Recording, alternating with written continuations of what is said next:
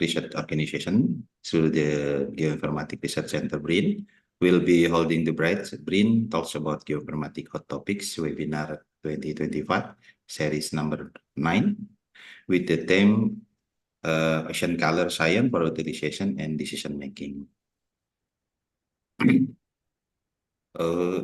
Before, allow me to open this event with a pantun.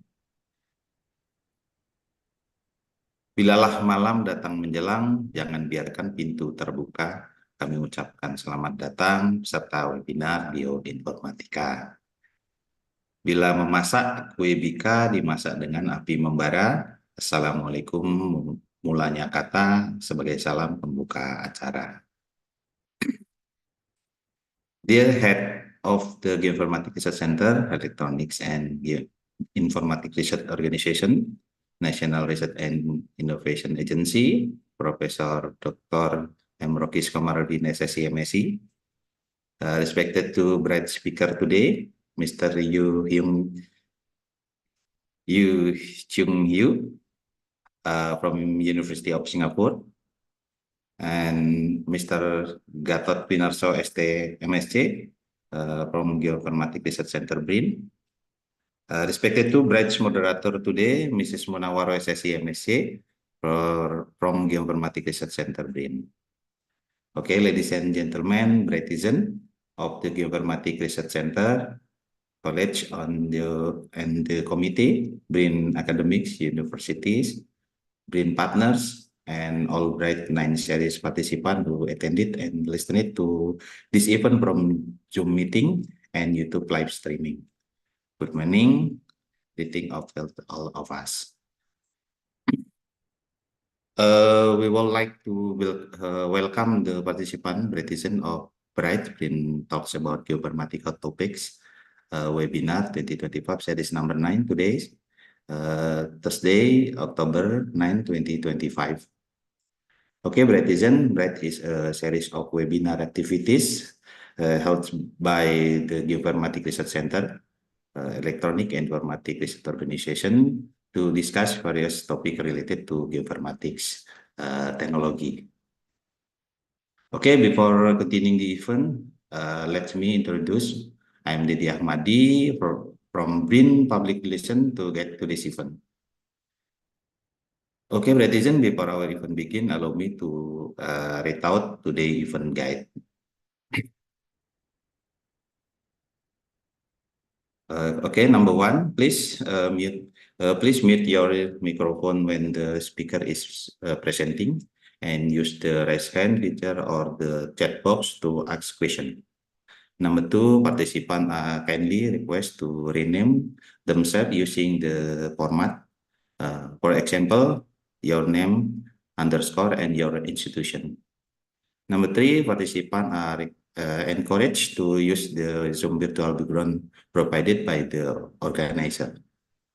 Number 4, if the Zoom capacity is full, participants may follow the webinar via BRIN Indonesia YouTube channel. Okay, ladies and gentlemen, Brightizens, let us now listen to the national anthem, Indonesia Raya. We ask that you listen with reference.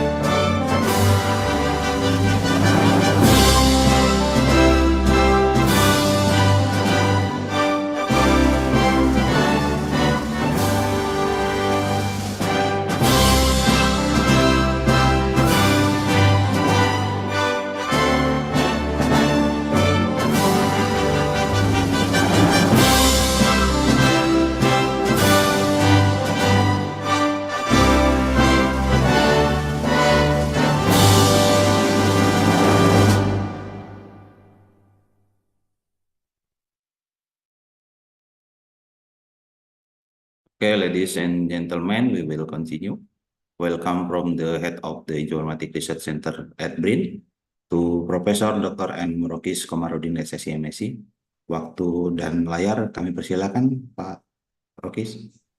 Baik, terima kasih Pak Dedi. Thank you very much. Assalamualaikum warahmatullahi wabarakatuh. Good morning, everyone. Good morning, Brethren. First of all, I would like to thanks to Allah Subhanahu wa Ta'ala and Alhamdulillah. It is by His blessing and mercy that we can gather today in the good health for this bright session number 9. BRIN talk about geoinformatics hot topics with the theme of ocean color science for utilization and decision making. Thank you also to Dr. Ki Trung Hiu and also Dr. Gatot Winorso as our speakers. And I thank also to Ms. Munawaro for moderating today's discussion. I'm very pleased to welcome all participants to this important session. The topic today truly reflects the essence of geoinformatics, where we integrate remote sensing, GIS, modeling, and also data analytics to better understand and manage our environments. As you know that ocean color science can derive from satellite observation, give us valuable geospatial information on, for example, on chlorophyll concentration, water quality, fishing ground analysis, and also the marine productivity. Data are essential for research, policy, and also for sustainable management of marine resources. For Indonesia, as the largest archipelagic country, the ability to process and interpret ocean color through geoinformatics is crucial, supporting coastal resilience, marine sustainability, and also blue economy. Finally, I hope this session inspired collaboration and innovation among participants in applying geoinformatics to ocean science for the benefit of our ocean and communities. Once again, thank you for the all organizing committee who made this event possible. I wish all a productive and meaningful discussion. Thank you very much. Wassalamualaikum warahmatullahi wabarakatuh. Waalaikumsalam warahmatullahi wabarakatuh. Thank you, Prof. Rokis Komarudin, for your welcome and information. Okay, Brethren, we will take a photo together to document today's webinar activities. Baik, izin saya melakukan dokumentasi. Berarti ini hanya panelis dan host aja yang terlihat. Betul. Baik, 1, 2, 3. Baik, terima kasih. Saya kembalikan ke Pak Dedi.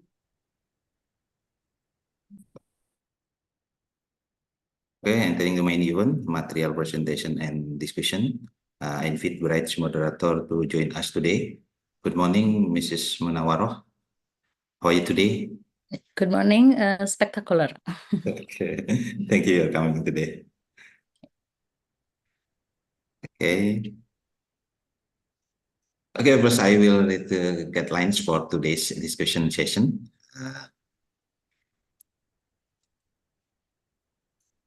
Number 1, participant may ask question using the raise hand feature. Number 2, question can also be submitted via the Zoom chat box or the YouTube chat box. Number 3, the moderator will select or invite participant or the question to be addressed. Before getting to today's activities, I will read this curriculum with Mrs. Munawaro. Name is Munawaro SSC MSc. This education 2017 Master of Science, Coastal Seat and Coastal Management Planning in Faculty of Geography, Gajah Mada University Indonesia, and 2024 Master of Science Remote Sensing in Faculty of Geography, Gajah Mada University Indonesia. Works experience, junior researcher, Geospatial Information Agency, 2014-2022, and junior researcher, BRIN Geoinformatics Research Center 2022 and present. Project researcher coastal damage prediction model in Semarang and Demak 2024 present, and researcher AI-based land subsidence risk assessment in Jakarta 2025, and project manager early warning system for mangrove deforestation 2025. To Mrs. Munawaroh, I invite your guide today's webinar event. Please. Thank you, Pak Dedi, for delightful introduction. Good morning, distinguished guests, speakers, and participants. My name is Munawaroh, a junior researcher at the Research Center for Geoinformatics, BRIN. It is my privilege to moderate today's session on ocean color science for utilization and decision making. As someone working in the field of geoinformatics and remote sensing application, I'm particularly excited about today's discussion as it brings together cutting-edge technology with practical application for our marine environment. My research also focus on coastal remote sensing application, making today's topic particularly relevant to challenges we face in monitoring Indonesian vast marine ecosystem. And today's session represents an important dialogue between technological innovation and operational implementation. And I look forward to facilitating an engaging dialogue between our distinguished speakers and participants. So, welcome to BRIGHT's 2025 Series 9, organized by Research Center for Geoinformatics BRINS. Today's theme is Ocean Color Science for Utilization and Decision Making, brings together cutting-edge remote sensing technology with practical application for Indonesian marine environment.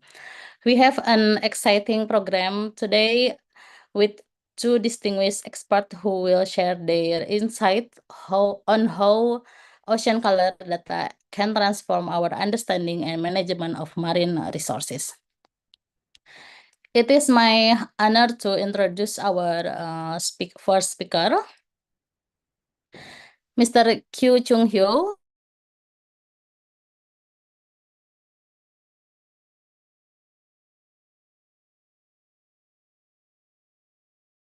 Singapore. Mr. Hyo brings over 8 years of expertise in coastal engineering and environmental monitoring. He holds a PhD in civil and environmental engineering from Nanyang Technological University, where he specialized in remote sensing applications, and as a certified UAV pilot licensed by Civil Aviation Authority of Singapore. And he also has pioneered the use of UAV for turbidity monitoring and wave assessment in coastal waters.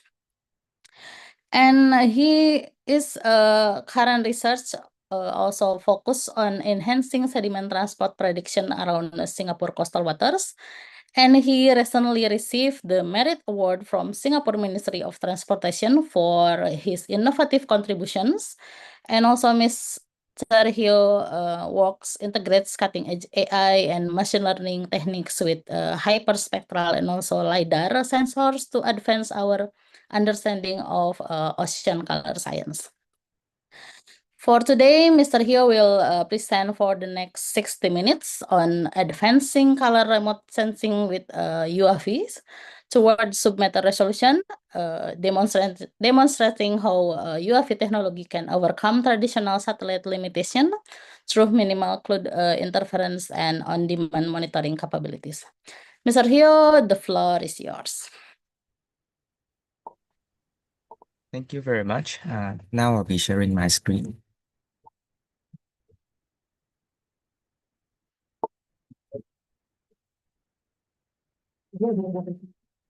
Okay. All right. A very good morning to everyone. Thank you to the organizing committee for the opportunities, and it is my pleasure to present today to share with you about our current and ongoing research directions in advancing ocean color remote sensing with UAVs. And in this talk, I will be focusing on the improvement or the advancement towards sub-meter resolutions, which is very important in remote sensing of marine and coastal environment.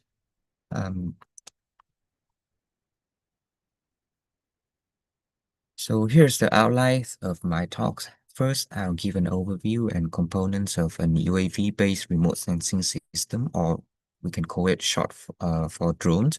And I'll be going through the operation framework and also the data processing of drone-based remote sensing data. And I also give some applications of drone-based remote sensing in Singapore coastal water over the last few years. And finally, be the summary and some outlook. So a drone-based remote sensing system for ocean color remote sensing will be comprising of a drone system, a ground-based system, which will control the flight missions for data acquisitions, and the drones will be deployed from the land or from a boat or vessel platform to collect the data over the oceans, and the data will be georeferenced with data, and also we can also set up some calibrations, ground-based calibration or onboard calibrations data to correct the whatever remote sensing data that is collected by the drones for better accuracy. The remote sensing data normally will be combined with the field measurement data to in a spatial or spectral analysis that can be used for object and feature mapping or quantitative evaluations, for example, to determine the water quality indicators or like sediment concentrations in the water, which can be used for coastal or oceans engineering applications. So there are some main applications of drone remote sensing that has been reported in the literatures, which are oil spill, coastline monitoring, marine monitoring, and coastal engineering. So here is the main components of a drone remote sensing system.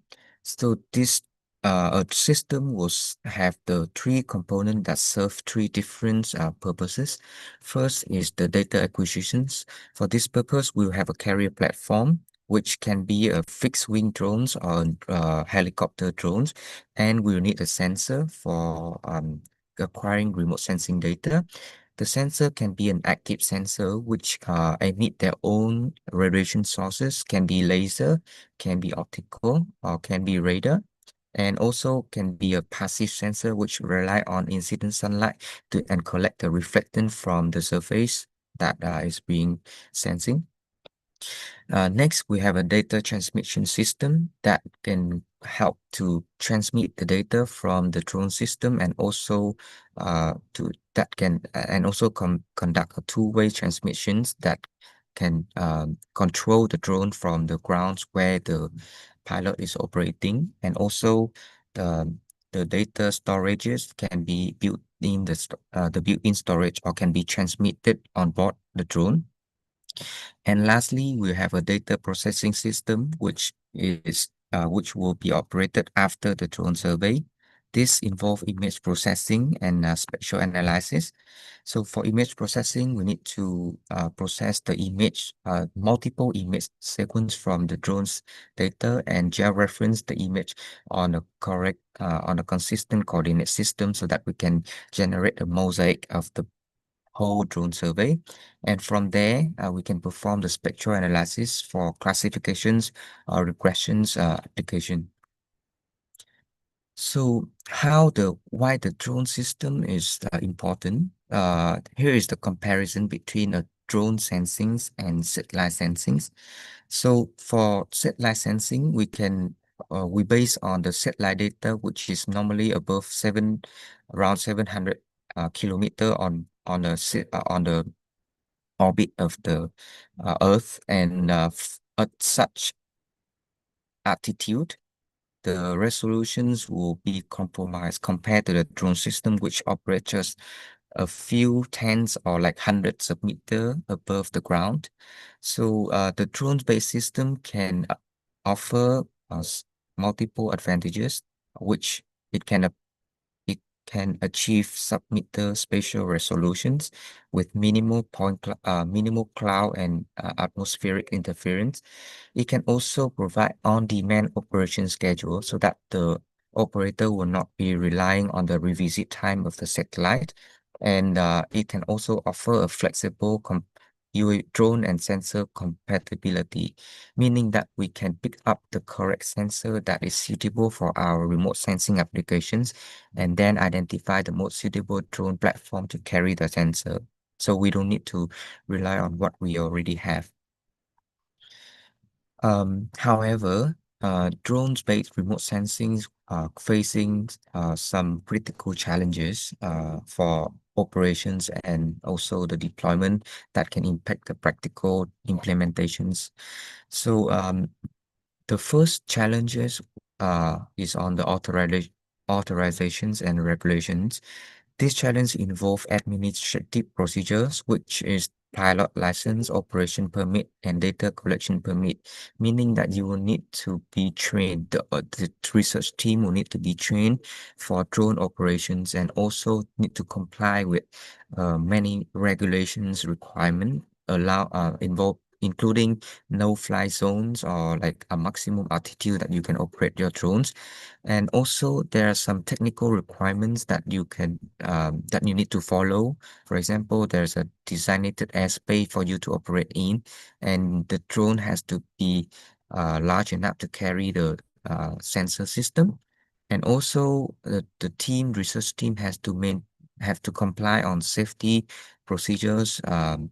For example, maintaining the light size or activate the fail-safe practice or plan for some contingency strategy.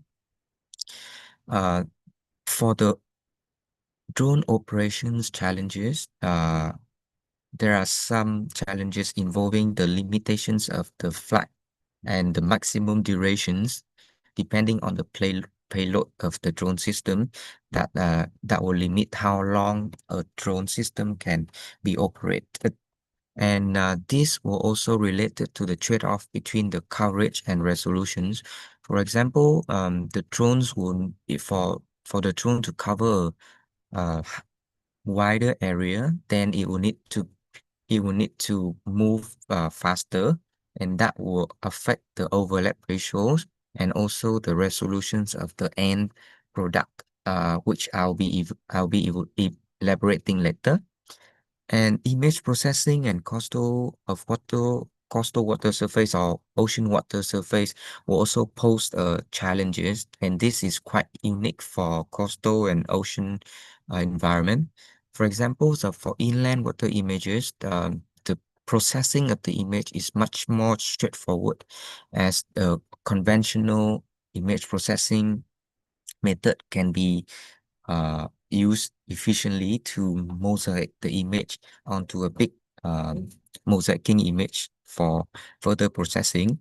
However, for oceans or coastal water, the stitching and the blending of component images into a big picture is more challenging, since the conventional method sometimes will fail in detecting the key point for registering the component image together, which lead to poor or even direct failure of stitching in commercial software.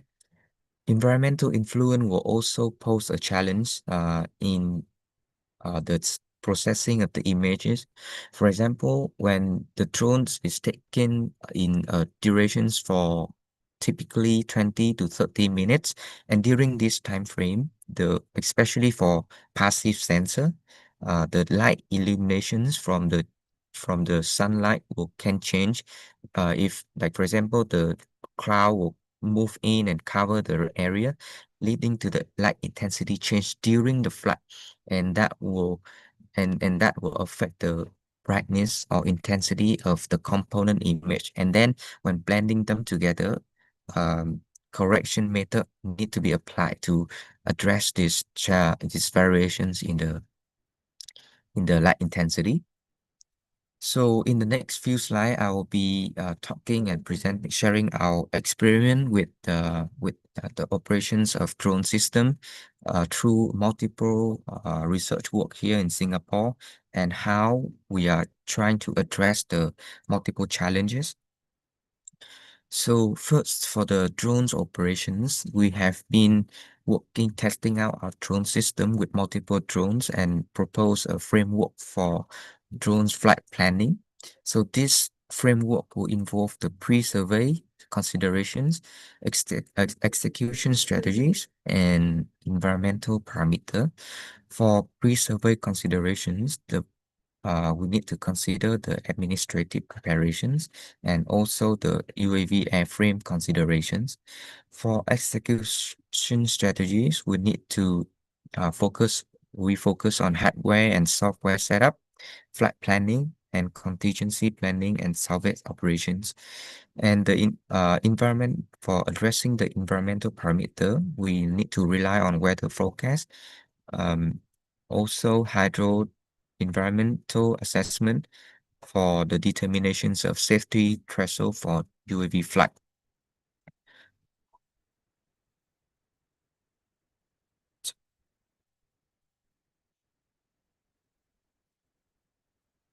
Okay, so for drone operations, we have made a comparison between hyperspectral and multispectral drone for coastal environment remote sensing.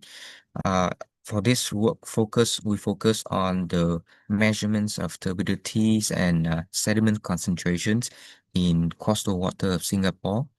As you may know that the coastal area of Singapore is very high, that has very high traffic as the major shipping lane of the world. So the area is always crowded with ships and vessels pass by, and therefore the distributions and the variations of the sediment concentrations and the behavior of sediment transport in Singapore coastal water is very dynamic. So the monitorings of turbidity and sediment concentrations is one of our top priority. So for this purpose, we have deployed a drone's hyperspectral system, which compile a very large drone and a very large drone and heavy hyperspectral camera. And as you can see in the right-hand side of the picture on the right-hand side, the hyperspectral system comprises of multiple components that is integrated together in a drone system. And these components will serve different purposes and collect different type of data that will be integrated together in the data processing. We also try out with a multispectral system that is comprised of a lighter drones and also a lighter multispectral camera. And this system comprises of only the camera and also a compatible light downwelling light sensor that can facilitate the setup and the operations of the system. We also collecting the in situ measurements of the turbidity and sediment concentration so that we can compare the predictions of the estimations of the suspended sediment concentration from hyperspectral and multispectral system together. So for the operation planning, we observe that the hyperspectral system with a higher payload can only operate in a shorter duration time frame, and this is also affected by the payload of the the weight of the payload. So it decreased with the maximum flight time of the hyperspectral system go from more than 30 half an hour to just 15 minutes, which when it's fully loaded, for our case is the hyperspectral camera system. In comparisons, the multispectral system, when loaded with our lighter multispectral camera, can operate for much longer durations, up to more than 40 minutes, which can allow us to cover much larger area, and that will improve the capacity of the system. And also due to the short durations of operation, that limitations of the hyperspectral system, the operation planning for the hyperspectral will also need to be facilitated.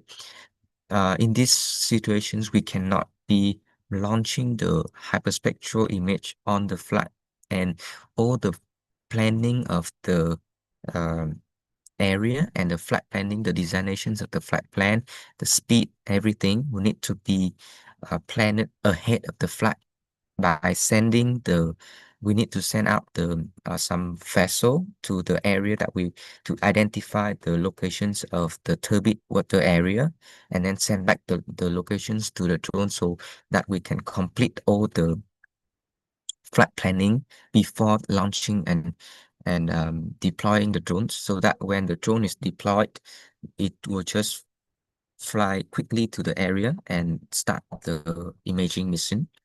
For the multispectral imaging, we need to have much longer time window so that we can deploy the drone right on the land and fly out to the area. And the multispectral camera system will also have a built-in camera so that we can detect the drones, detect the turbid water area from the built-in camera, so that we no need to send out the vessel ahead of time. And like I said before, we can cover much larger area with more flexibility.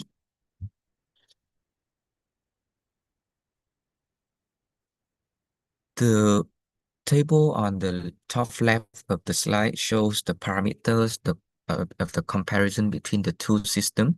For the hyperspectral system, the setup time is more than 1 hour, meaning which involve the integrations of different components into the drone platform, and compared to 1 to 15 minutes of the multispectral system setup time. So this will facilitate which will be more suitable for timely deployments, and which will offer a more quick responsive or quick decision making. The ground resolutions of the two systems are comparable, but the processing time also of the hyperspectral image is much higher compared to the multispectral data. This is because the hyperspectral data contains much more details of the spectral informations of the area, and therefore will need to be processed by much more advanced processing technique. In the meantime, the multispectral image data is typically 10 times lighter than the hyperspectral data, which allows for much shorter processing time. And the most important thing is the sensitivity to noises. Both systems display a high sensitivity to noises for the image that it captured during the bad environmental conditions.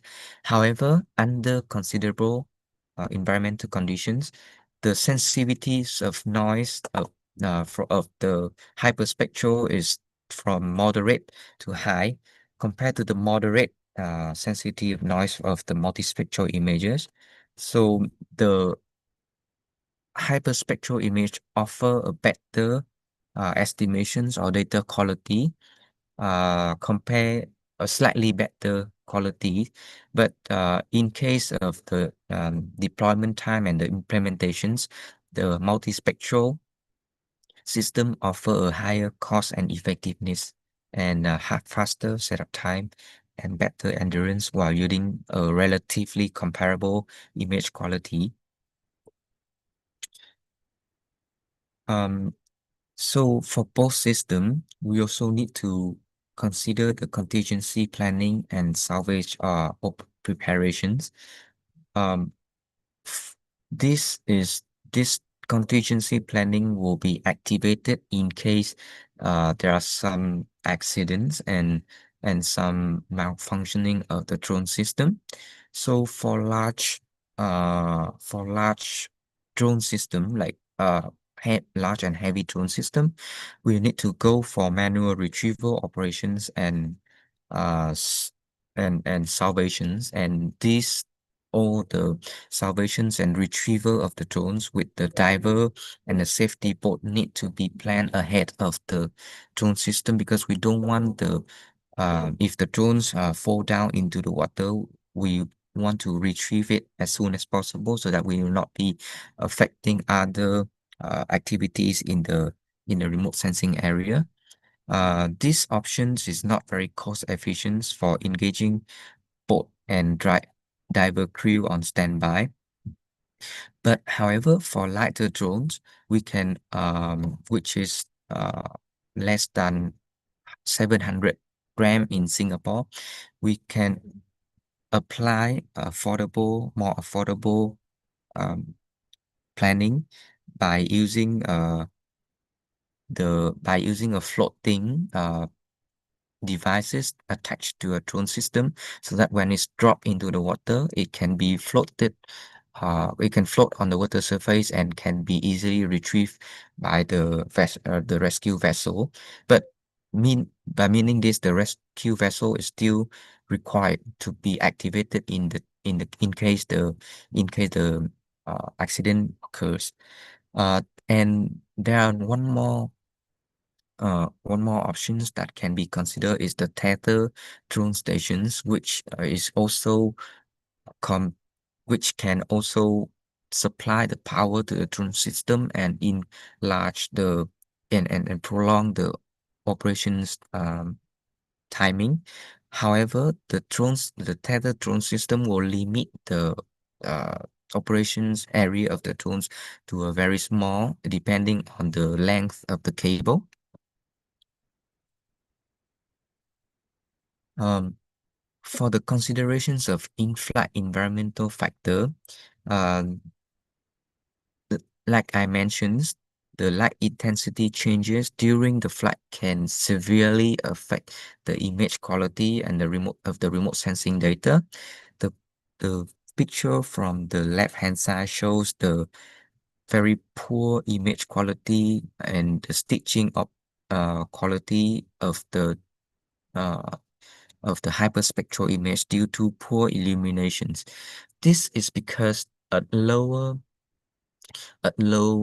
illumination intensity, the camera will adjust the sensor sensitivity, the exposure time, to gain enough brightness of the raw images, which led to an image is captured at a much longer time when the drone is moving, and therefore lead to different resolutions, significant change in the resolutions of the image, and affect the total image collected over a one-time flight. And therefore you can see that the length of the stitch image are very inconsistent. So how can we address this challenge?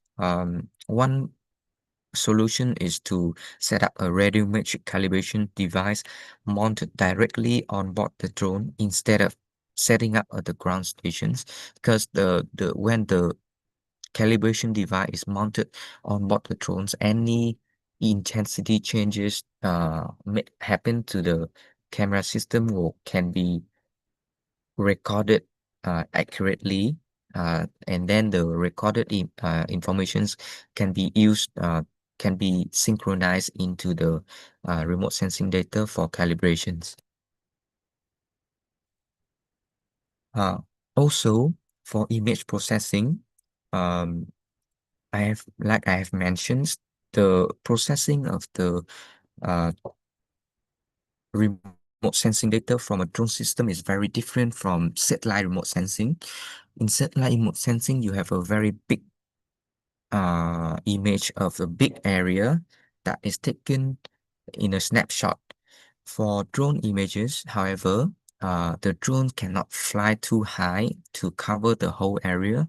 Therefore, it has to go in a typical lawn mower pattern, and taking subsequent images along the flight pattern.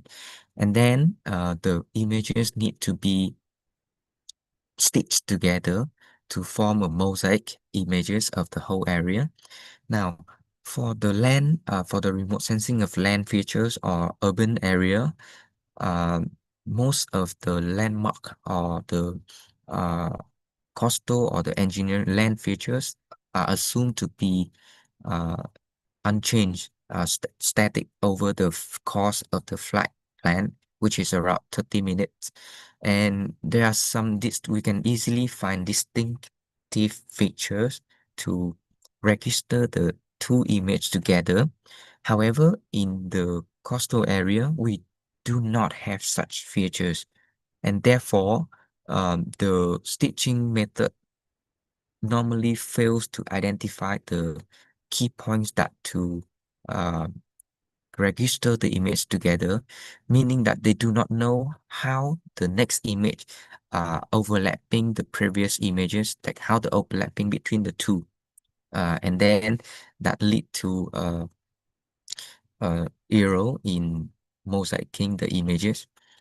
So we have developed a customized standalone software for end-to-end processing and visualization to generate the turbidity map from drones hyperspectral imagery for coastal water. And the software is open source in the GitHub repository. It's shown in the link in the slide.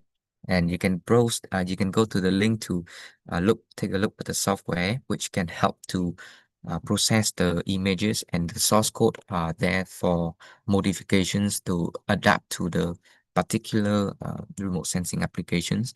But in a sense, this software focus on a GPS-based image mosaicing method, which utilize the GPS informations of the image taken over the course of the flight.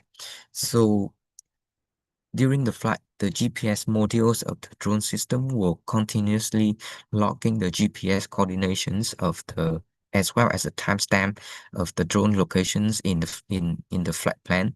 And this GPS information will also be matched with the timestamp of the image to identify that the locations of the different image at different time. And then from the size of the image and the resolutions calculated from the drone flight parameters, we can calculate how much one image overlap with each other, so that we can calculate exactly how many pixels are being overlapped from one image to the next one, so that we can blend the amount, we can set the blending overlap ratio for blending correctly, that can significantly improve the mosaicing of the images. The software will take in the UAV imagery, the selections of the flight regions for stitching, the downwelling irradiance for radiometric corrections, and also it can take in the optional water quality data for validations and extracting the in situ or ground truth measurement for verifications of the prediction model. And also the processing of the drone's imagery is go through multiple steps, starting with image alignment with the time delay corrections, mosaicing the image along the flight lines, and masking and classifications of one water body. For example, for confidentiality of the drone flight, which is for example, the vessel or the engineering platform, destriping and reducing noise in the hyperspectral imagery, performing radiometric corrections and sun-clean corrections, and extractions of spectral information for turbidity predictions and direct georeferencing. The output of the software will include the georeference in mosaic full composite images on georeference mask image for non-water body, also extracted spectral reflectance, and most importantly for our applications, the georeference predicted turbidity map. I'll be talking more about the considerations of the time delay for GPS corrections. Like I said, the GPS-based mosaicing method will take in the GPS coordinate and the timestamp to be matched with the timestamp of the image taken by the camera. However, in some handmade or non-compact like integrated hyperspectral system, the GPS modules will record the locations and the timestamp using another time system, which can be different to the time system of the camera. So these two clock can have some delay in terms of the logging of the data, which is an unknown variables. And this time delay sometimes will cause the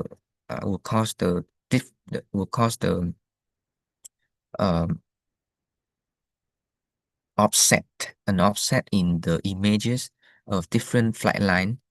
And to address this offset, we try to iteratively introduce estimate the time delay corrections from the drone image and from the GPS system and the time of the camera, and by iteratively changing and compare with some operations with some ground truth images of landmark or key points, we identified the optimal time delay corrections for subsequent flight when there's no time landmark for corrections. So these are the result of the correction system. So we introducing the time delays in terms of in a interval of 200 milliseconds, and we iteratively perform the corrections from by iteratively increasing the time delay and check the performance of the stitching with the shorelines of different images. So by iteratively changing the time delay corrections, we identify the mean corrections, the optimal time delay at 1 second, and with this time delay, we can adopt the same amount to the flight that was conducted on the coastal water, and can still give us a reasonable accuracy of the stitching. Another challenge is the obstructions from vessel and marine objects. This challenge is particularly apparent in Singapore coastal water, where there's a lot of vessel and traffic pass by the coastal area. So in the drone images, this challenge is even more pronounced because the drone was operated in a lower altitude. That means that the image taken of the vessel would comprise a much larger portions of the area compared to satellite images. So therefore, so the questions now is how can we retrieve the informations beneath the vessel or the marine object that was obstructed. So for this matter, we conduct multispectral drone flight of the coastal water Singapore with different types of obstructions. For example, the small floating objects or large vessel, and with different type of obstruction coverage, and we apply different deep learning based in-painting model for the removal of the obstructions and compare the performance. So in this study, we perform the resizing and annotations of the obstructed images, and we also make a systematical synthetic obstructions, which we will be using for ground truth assessment, because the obstructed informations beneath the water or the in obstructing object is an unknown. Therefore, even when we have the result from the inventing model, we need to compare it with some kind of ground truth. Therefore, we try to enlarge the mask of the obstructed area, which we have the ground truth informations, and try to compare the reconstructed pixel information with those ground truth pixel. So these are the result of the two model. For the visual assessment, both the decouple transformer, decouple spatial temporal transformer, and the deep prior images are showing comparable result for small object obstructions. However, for large object obstructions, the decouple spatial temporal transformer shows a very poor performance for the reconstructions of the large vessel. This is because the DSTT models rely on the subsequent images in the to be it takes, for example, that means it takes the informations of the next images that is not obstructed and try to guess back the informations of the previous image that is obstructed. And for this in this mechanism, if the object is large and static during the course of the drone flight, the information is used for guessing the previous image will not be very helpful, and that's caused a big error in the reconstructions. In contrast, the deep image prior or the DIP model try to reconstruct the image from the surrounding pixel and try to improve the constructions over time. Therefore, it's not rely on the previous image to get sync, and therefore can still guess the obstructed pixel to some level. The temporal consistence assessment also shows the large variance for big obstructions coverage of the DSTT model, as shown in the red curve here. For the small obstructions, the DSTT model show a better performance compared to the DIP model, since it's used the real pixel from the previous image to reconstruct the obstructed pixel. For the ground truth assessment, the DSTT also shows a slightly better R-square score for the small obstructions case, but much lower R-square score for large obstructions.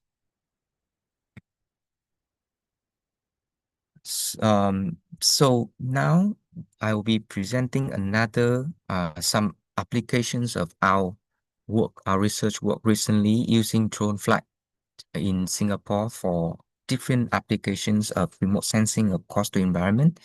So the first example I want to show you is to use the drone flight for shoreline analysis derived from the UAV LiDAR point cloud. So the LiDAR point cloud is the type of output from a drone-based LiDAR system. So LiDAR system use laser pulse is a type of active sensor that is used in many mapping applications of inland or like 3D mapping of forests and urban area. And there has been some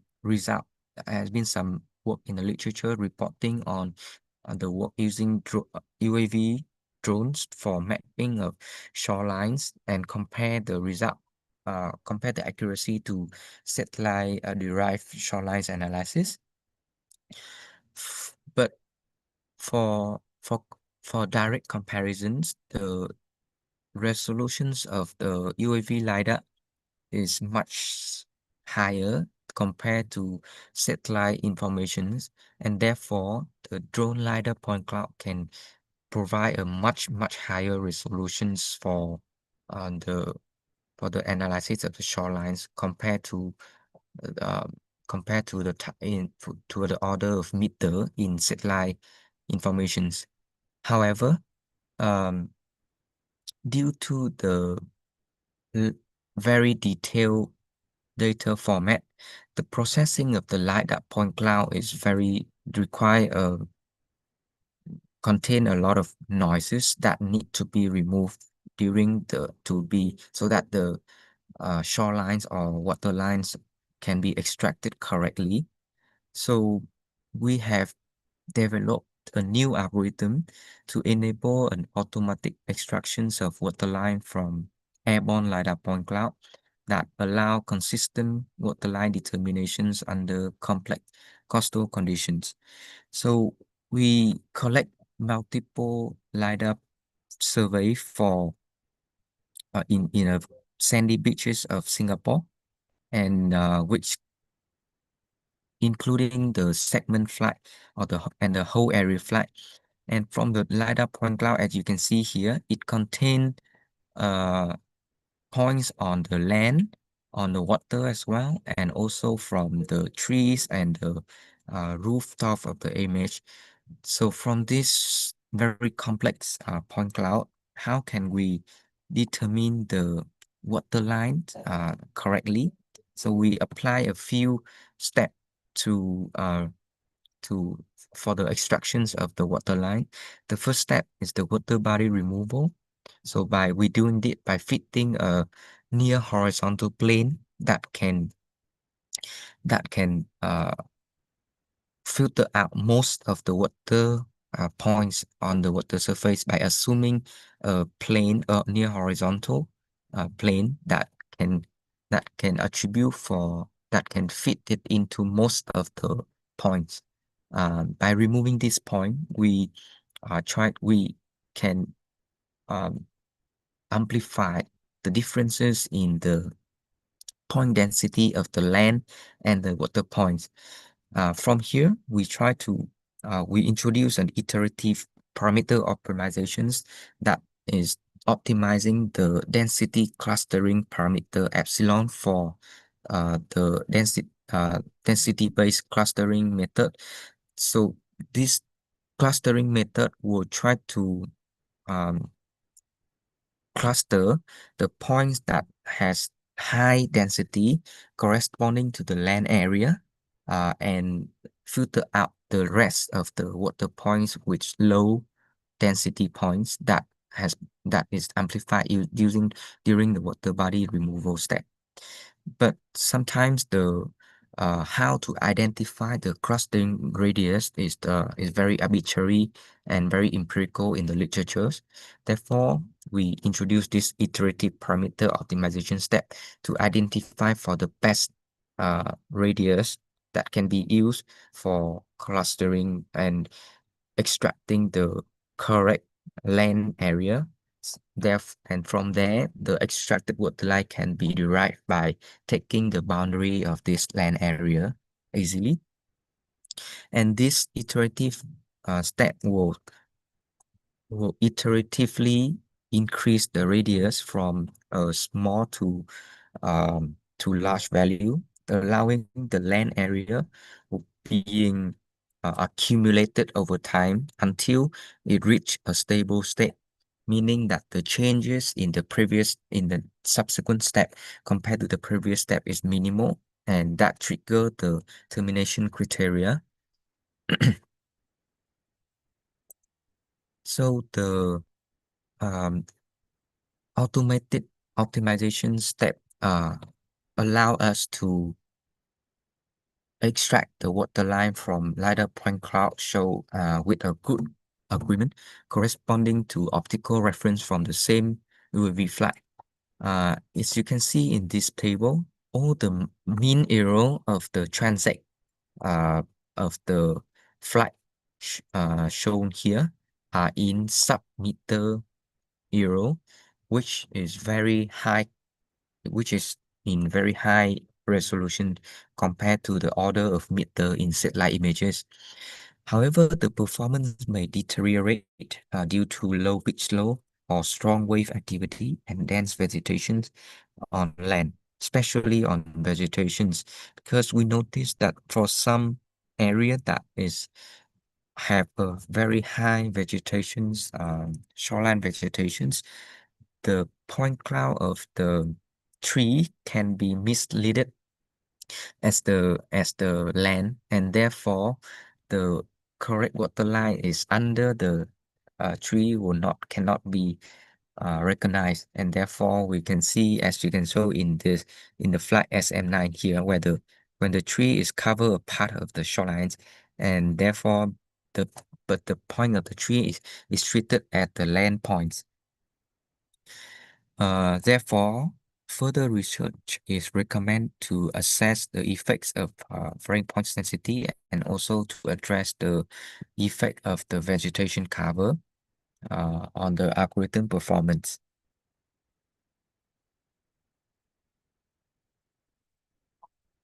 Another applications that we have been conducted is using hyperspectral imagery for oil spill monitoring, especially determining the thickness of the oil on the water surface.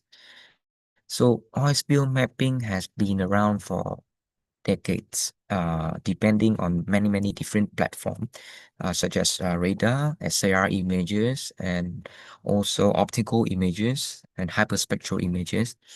But for hyperspectral image, which provide much more details on the spectral informations of the water surface, we try to advance it to another level, which is to determine the thickness of the oil film on the water surface. This is important to accurately quantify the amounts of more oil being spilled on the water surface that can affect the decision making of salvation operation or cleanup operations. So for this matter, we have conducted a few large-scale experiment in lab and also in outdoor conditions with different type of oil thickness on the water surface. So we set up the hyperspectral on the oil samples, and with some light from the lab is the halogen light, and for outdoor condition is sunlight, and we control the thickness of the oil by controlling the amount of the oil introduced on the water surface. So the oil thickness will be calculated by the weight of the oil of the samples and minus the weight of the sample before the introductions of the oil, and divide by the density of the oil. This gives us the total volume of the oil introduced on the water, and by divided on the area of the control petri dishes, we can have the correct amount of the thickness of the oil. So we have conducted the experiment with the thickness of the oil varying from 0 to 30 micrometer, which you can see the changes in the color of the oil layer on the water surface, and the spectral informations of the hyperspectral informations of the different thickness shows a very clear trend on the responsive area and a different type of oil range. For example, for oil range larger than 20 microns, we see a gradual decrease in the reflectance at near infrared wavelength. But for oil range smaller than 20 micrometer, there's a gap, the clear gap between this type of the oil range, and also there's a clear gap between the very thin, even a very thin oil thickness and the case of no oil, like clear water. So therefore, this is very valuable for detecting the presence of the oil and also detecting the thickness of the oil. So we have introduced AI model. We have employed AI model to leverage the rich hyperspectral data to improve the thickness estimations. So the hyperspectral, we extract the spectral information from hyperspectral image following two types of extractions. For example, first is the single extractions. That means we're just taking the spectral information of just the pixel that we are trying to estimate, and also the surrounding extractions. That means we also take the surrounding pixel, since we believe that the surrounding informations that can also affect the thickness, the reflectance of the oil, especially in varying or non-nadir lighting conditions. So for single extraction, we employ an artificial neural network model to train a prediction model to estimate the oil film thickness. For surrounding extraction, we employ a CNN model, convolutional neural network, for the prediction model. And the result shows that the convolutional neural network shows a better performance compared to the artificial neural network. And it will also confirm our hypothesis on the surrounding effect on the predictions of the images. That means, so therefore, we try for different lighting conditions, extracting multiple area of pixel for estimating for the prediction model will yield a better performance accuracy for the estimations of the oil slick thickness.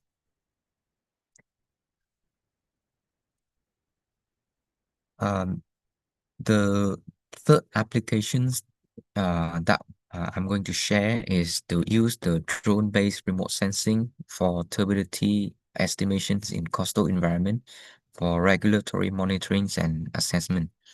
So we conducted, we want to monitor the sediment transport of the sediment in Singapore coastal water, especially near the port area and the coastal structures, to detect the erosions and accumulations of our beaches or the coastal structure.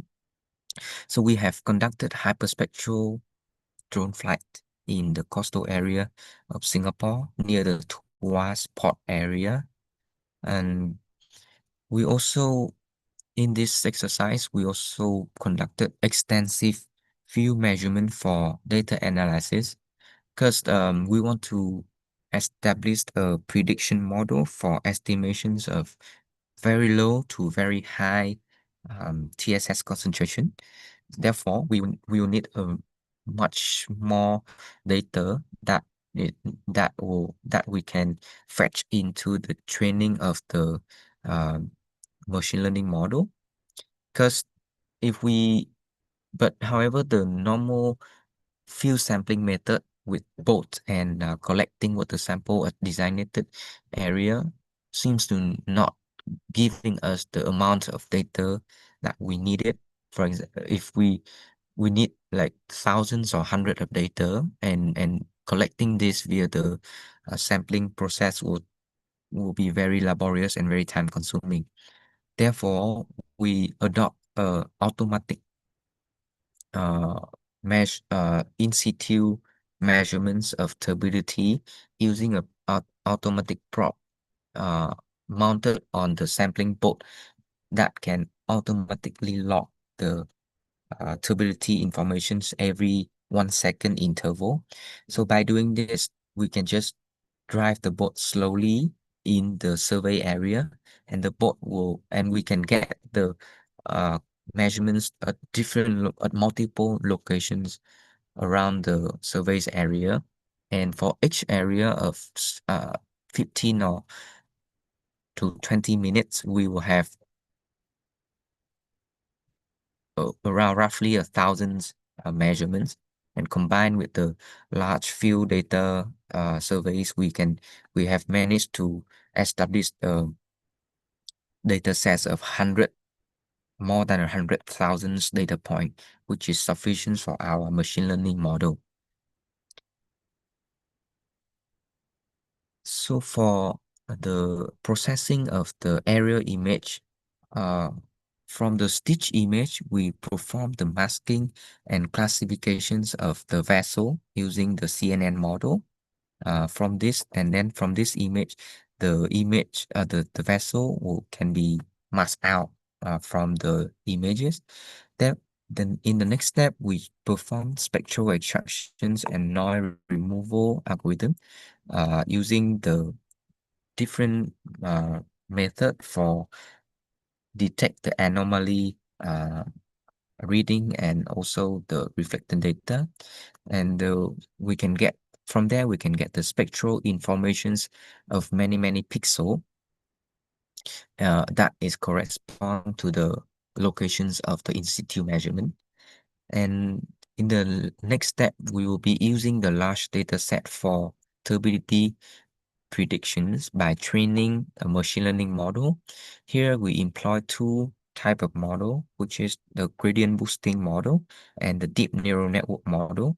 And by training the model, by training and establishing the model, we can use the model to predict the turbidity map from each pixel of the mosaic images. I'm sorry to interrupt, Mr. Hugh. Your Yes. presentation time is about 5 minutes left. Okay, I will try to wrap it up. Thank you. Thank you. Okay, so for the comparison between the hyperspectral and the multispectral, we deploy the hyperspectral images survey first to identify the influential bands for turbidity predictions, and then we customize our multispectral camera or sensor to match the influential bands by using different feature selections method. The result indicate that there are 6 bands in the visible and near infrared area that should be adopted for turbidity predictions. And this is our ML model performance, which is the result also shows that our ML model outperformed the simpler regression model for turbidity predictions and achieve a R-squared score of 0.5. So yeah, I think that is to several examples of our applications with drones, UAV for remote sensing of coastal environment in Singapore that can achieve much higher resolutions compared to remote sensing platform. To summarize, despite the challenges in the implementations, remote sensing of coastal environment with drones hold great potentials, and the image processing algorithm developed in this study can significantly extend the reach of drones in coastal monitoring. And also, extensive data measurements with autonomous probing will help to establish a large data for accurate determinations. And I want to highlight this last point, because to enable a robust machine learning model, a large data set for training and validations is very important, and therefore the large extensive data measurement need to be considered carefully in data acquisitions. So what can we expect in the futures of drone remote sensing? I think in my view, there are 4 aspects that we can we can expect.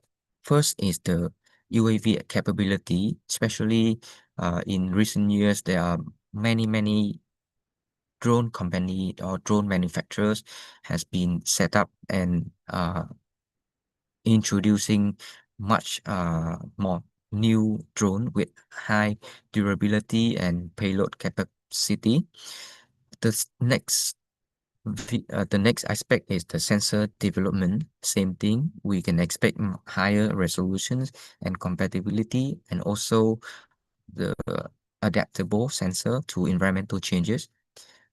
For image processing, we also can work on the image quality, for example, stitching and georeferencing, and to process image of different camera angle. So far, all the method, all the work presented in this study are from the nadir automosaic image of the drones.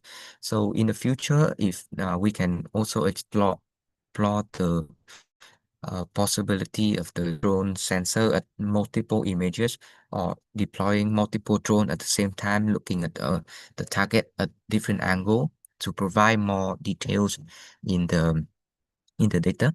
And lastly, for data analysis, we can also expect accurate and explainable prediction model that can give us the understanding of underlying physics. I think that is the end of my presentations. Thank you very much for your attention. Yeah, thank you, Mr. Hyo, for the comprehensive presentations. Please allow me to highlight this presentation, including the first one is the UAV advantages over satellites, like sub-meter spatial resolution and minimal cloud interference, enabling on-demand monitoring, and also about the operational framework, from pre-survey consideration to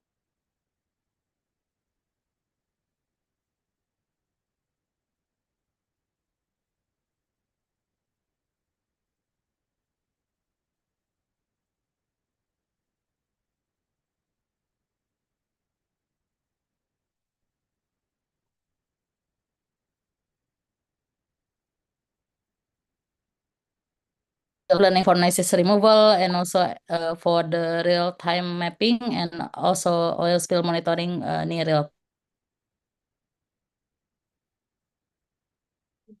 Bahasa.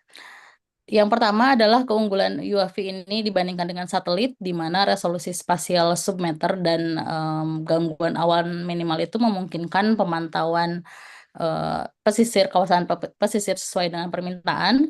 Kemudian Mr. Hyo juga meng-highlight kerangka operasional dari presentasi beliau, di mana dari pertimbangan prasurvei hingga ke perencanaan kontingensi untuk lingkungan pesisir. Kemudian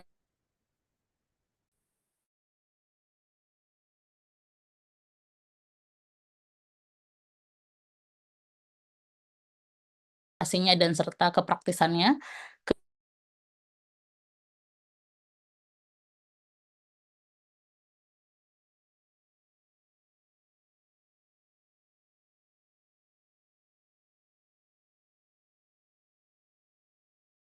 Kekeruhan atau turbidity di kawasan pesisir, dan juga aplikasinya untuk pemantauan tumpahan minyak di kawasan pesisir secara near real time atau real time. And your demonstration about UAV technology achieving submeter accuracy in Singapore coastal waters provide valuable insight for us for regional monitoring programs, especially for your research area in Singapore, and also maybe valuable lessons for us in Indonesia. And now we move to the second speaker. I'm pleased to introduce our second speaker, Pak Dr. Gatot Winarso, a senior researcher at the Research Center for Geoinformatics BRIN.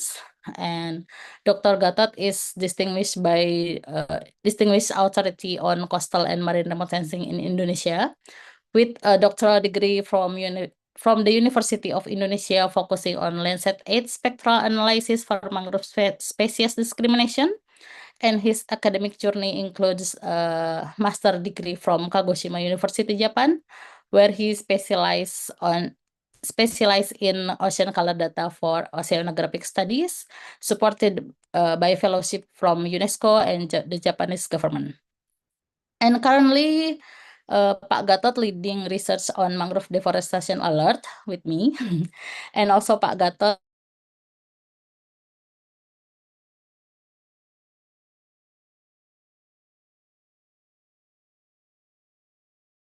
shallow water bathymetry modeling and mangrove ecosystem.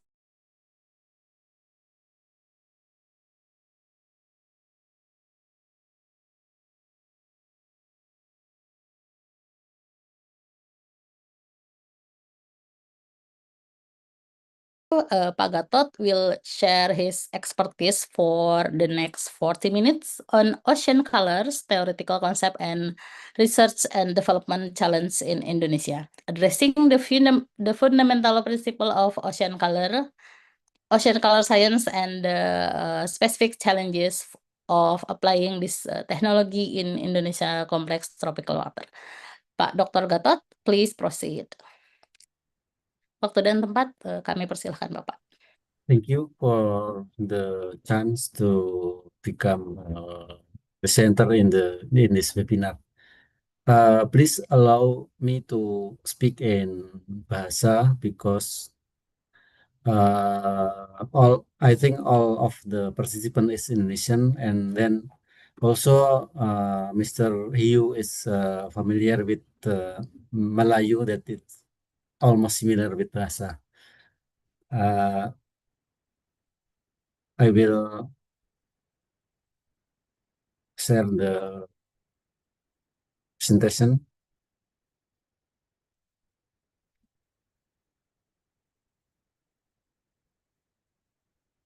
Baik, Bapak Ibu sekalian, izinkan saya dalam bahasa Indonesia saja karena sebagian besar audien adalah Indonesian, orang Indonesia ya. Kemudian agar lebih mudah bagi saya menjelaskan dan ditangkap juga gitu. Judul dari penelitian, paparan saya adalah Ocean Color, Theoretical Concept and Research and Development Challenges in Indonesia. Sebenarnya saya tidak terlalu expert di bidang ocean color, tetapi saya pernah melakukan penelitian ketika saya S2 dan di awal-awal saya S3 gitu.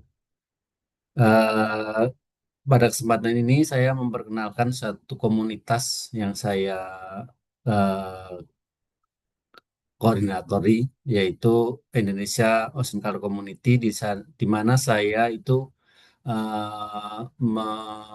mengumpulkan pemerhati atau yang interest dengan riset ocean color di Indonesia, karena riset ocean color di Indonesia itu untuk yang aplikasi hilirnya itu adalah sudah banyak digunakan, tetapi untuk yang di hulunya itu masih sangat sedikit orang yang melakukannya.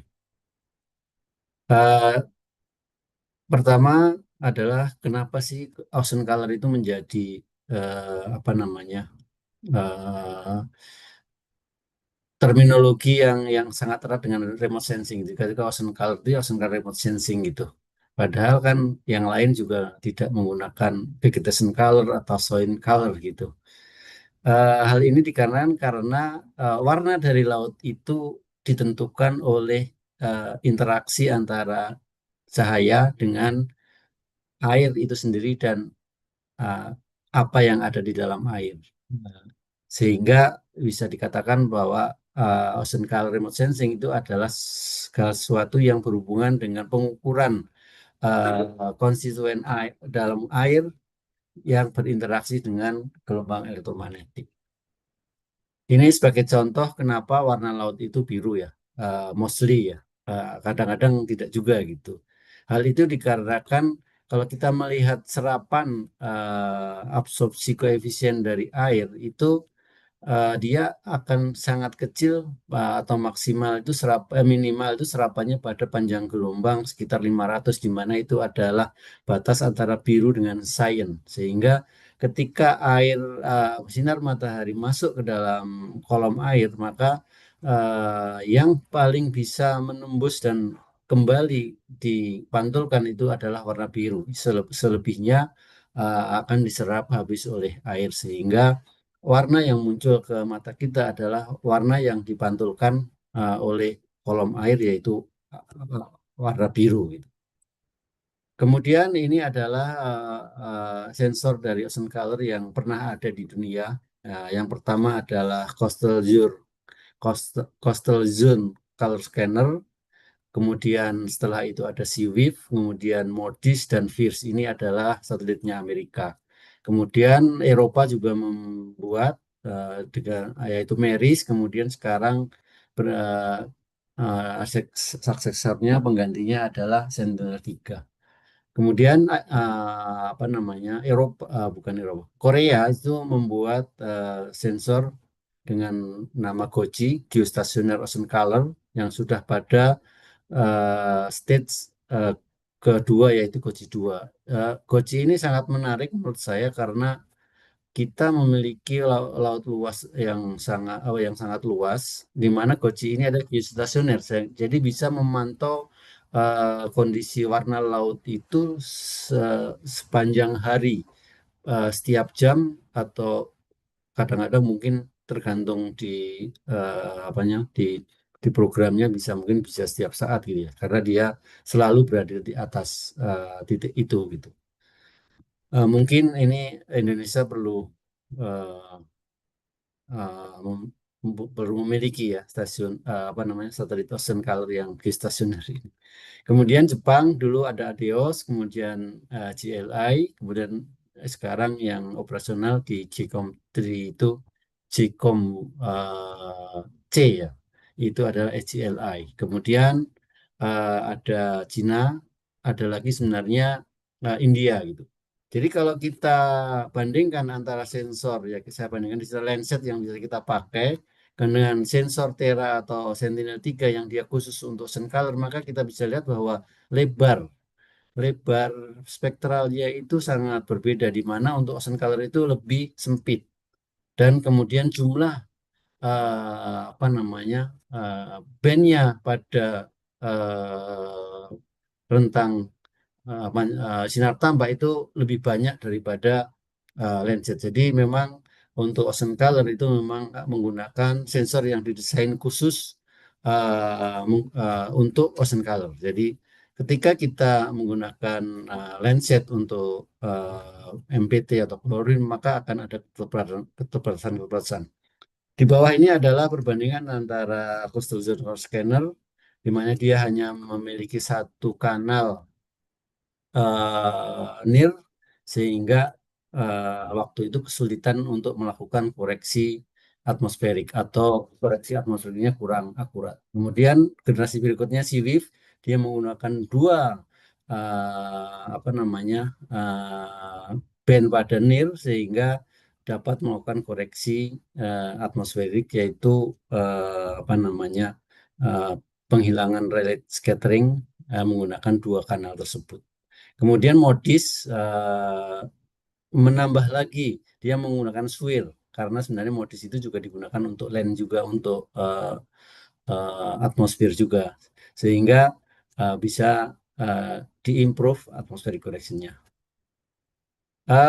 Kalau kita berbicara tentang basic interaksi antara gelombang elektromagnetik dengan materi, maka sebenarnya itu terjadi pada tingkat atom, di mana reaksi yang terjadi itu tergantung dari energi yang datang pada atom tersebut. Kalau kita nggak membahas ultraviolet ya, divisible itu adalah lompatan elektron, karena energi untuk melompat itu adalah ke orbit berikut, di atasnya itu tinggi. Kemudian untuk infrared itu dia molecular vibration. Kemudian untuk microwave itu adalah molecular rotation. Jadi sebagai contoh ini, kalau untuk ocean color kan mostly itu objeknya adalah air, di mana dia H2O dengan komposisi seperti ini, maka reaksi yang terjadi itu, transisinya yang terjadi adalah vibration dan rotasi, di mana molekul-molekul ini bergetar ya dengan arah sesuai panah ini, ada 3 getaran yang berbeda, kemudian juga ada rotasi. Sehingga kalau saya kembali ke sini, air ini adalah absorber yang paling kuat di mana, dan rentang panjang gelombang yang menyerap air itu mulai dari 10 nano sampai 1 meter itu menyerap, dan minimum pada tadi yang sudah saya jelaskan. Berikutnya adalah ketika kita mendeteksi klorofil atau vegetasi, ternyata yang kedetek itu adalah klorofil yang kalau kita bayangkan ini adalah penampang daun ya. Ini adalah sel-selnya, kemudian di dalam yang kecil ada kloroplas, di mana dalam satu sel itu ada kloroplas di dalamnya. Jadi sel itu udah kecil, kemudian ada bagian kecil lagi, kemudian kloroplas itu ada namanya granum, di dalamnya itu klorofil gitu. Jadi satelit yang dari atas langit itu bisa mendeteksi sesuatu yang sangat kecil sekali, karena memang panjang gelombang yang digunakan adalah setara dengan ukuran dari benda itu gitu. Nah, ini yang terjadi yaitu ada absorpsi pada panjang lompatan elektronik, atau yang dikatakan ada absorpsi itu meloncat dari yang rendah ke tinggi, kemudian nanti ada pantulan itu melompat dari yang tinggi ke bawah, sehingga transisinya itu terjadi pada panjang gelombang tertentu saja, sehingga dia akan tinggi reflektannya pada tingkat energi yang ada di situ gitu. Nah, ini dasar lain lagi, karena air itu adalah dia memiliki ketebalan tertentu, sehingga gelombang elektromagnetik itu ada yang dipantulkan, ada yang diteruskan, kemudian ada yang diabsorpsi, ada yang direfraksikan, di mana absorpsi itu dilakukan oleh air itu sendiri, fitoplankton, kemudian non-alga partikel atau SS, dan oleh sidom. Kemudian backscatter sendiri itu dilakukan oleh air, backscatter dari air dan dari partikel. Jadi ada suatu interaksi yang kompleks, baik di dalam kolom air maupun di inti atom yang ada di situ. Nah, ini adalah total reflektan yang diterima oleh sensor, itu terdiri dari Rayleigh scattering, kemudian dari aerosol, kemudian adalah multi yang RA ini adalah multi reflection dari aerosol dan Rayleigh, kemudian juga dari permukaan air, riak-riak, dari green, dan dari air itu sendiri.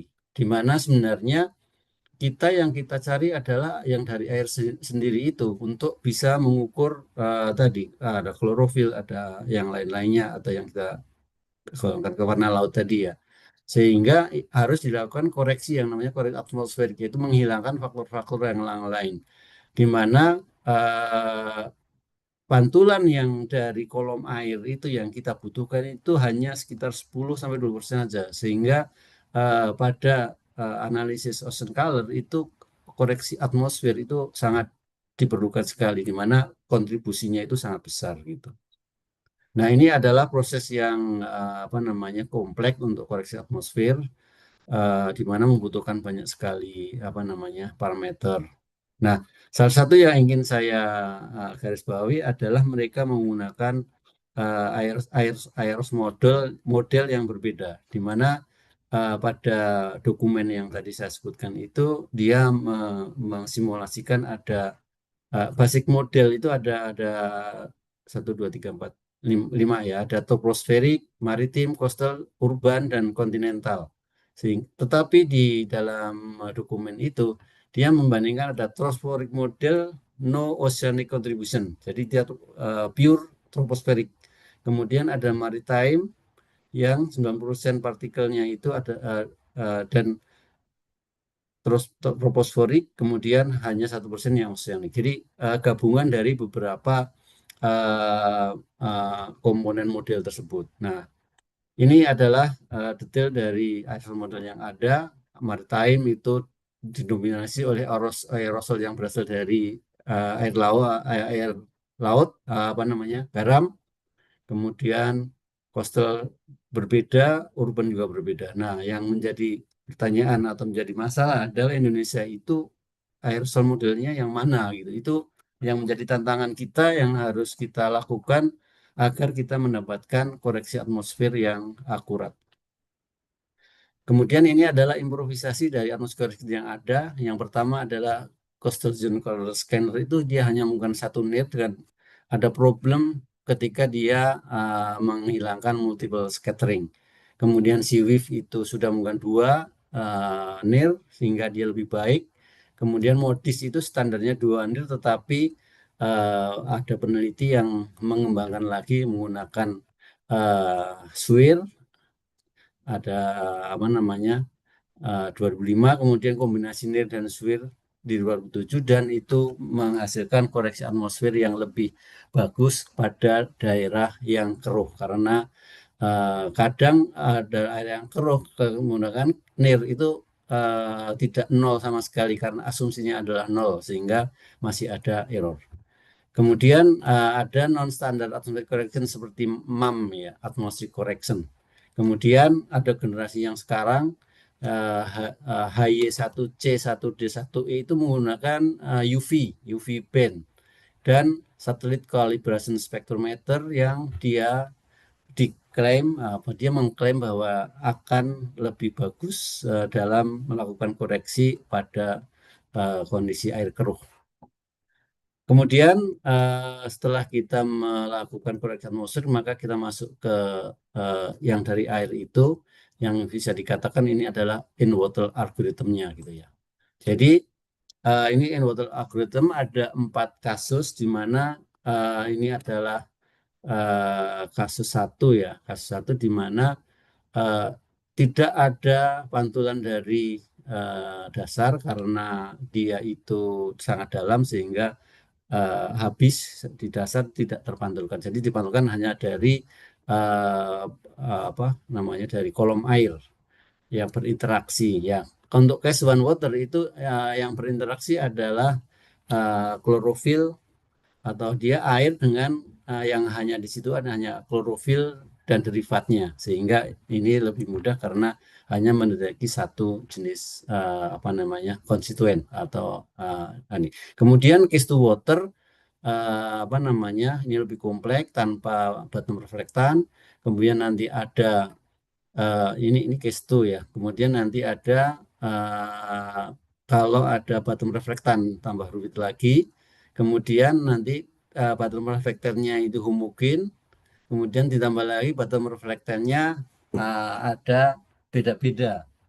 Sebagai contoh ini adalah mungkin habitat bentik di terumbu karang sehingga konsep-konsep ini nanti akan digunakan untuk aplikasi tertentu ya. Kalau di sini untuk batimetri yang dengan apa namanya dasar yang homogen, kemudian kalau di sini nanti digunakan untuk koreksi kolom air untuk mendeteksi habitat bentik, di mana kita membutuhkan algoritma ini gitu. Jadi ada beberapa kasus seperti itu. Ini contoh untuk apa namanya klorofil ya. Itu ada beberapa algoritma standar yang kemudian ada non standar yang analitik ya gitu.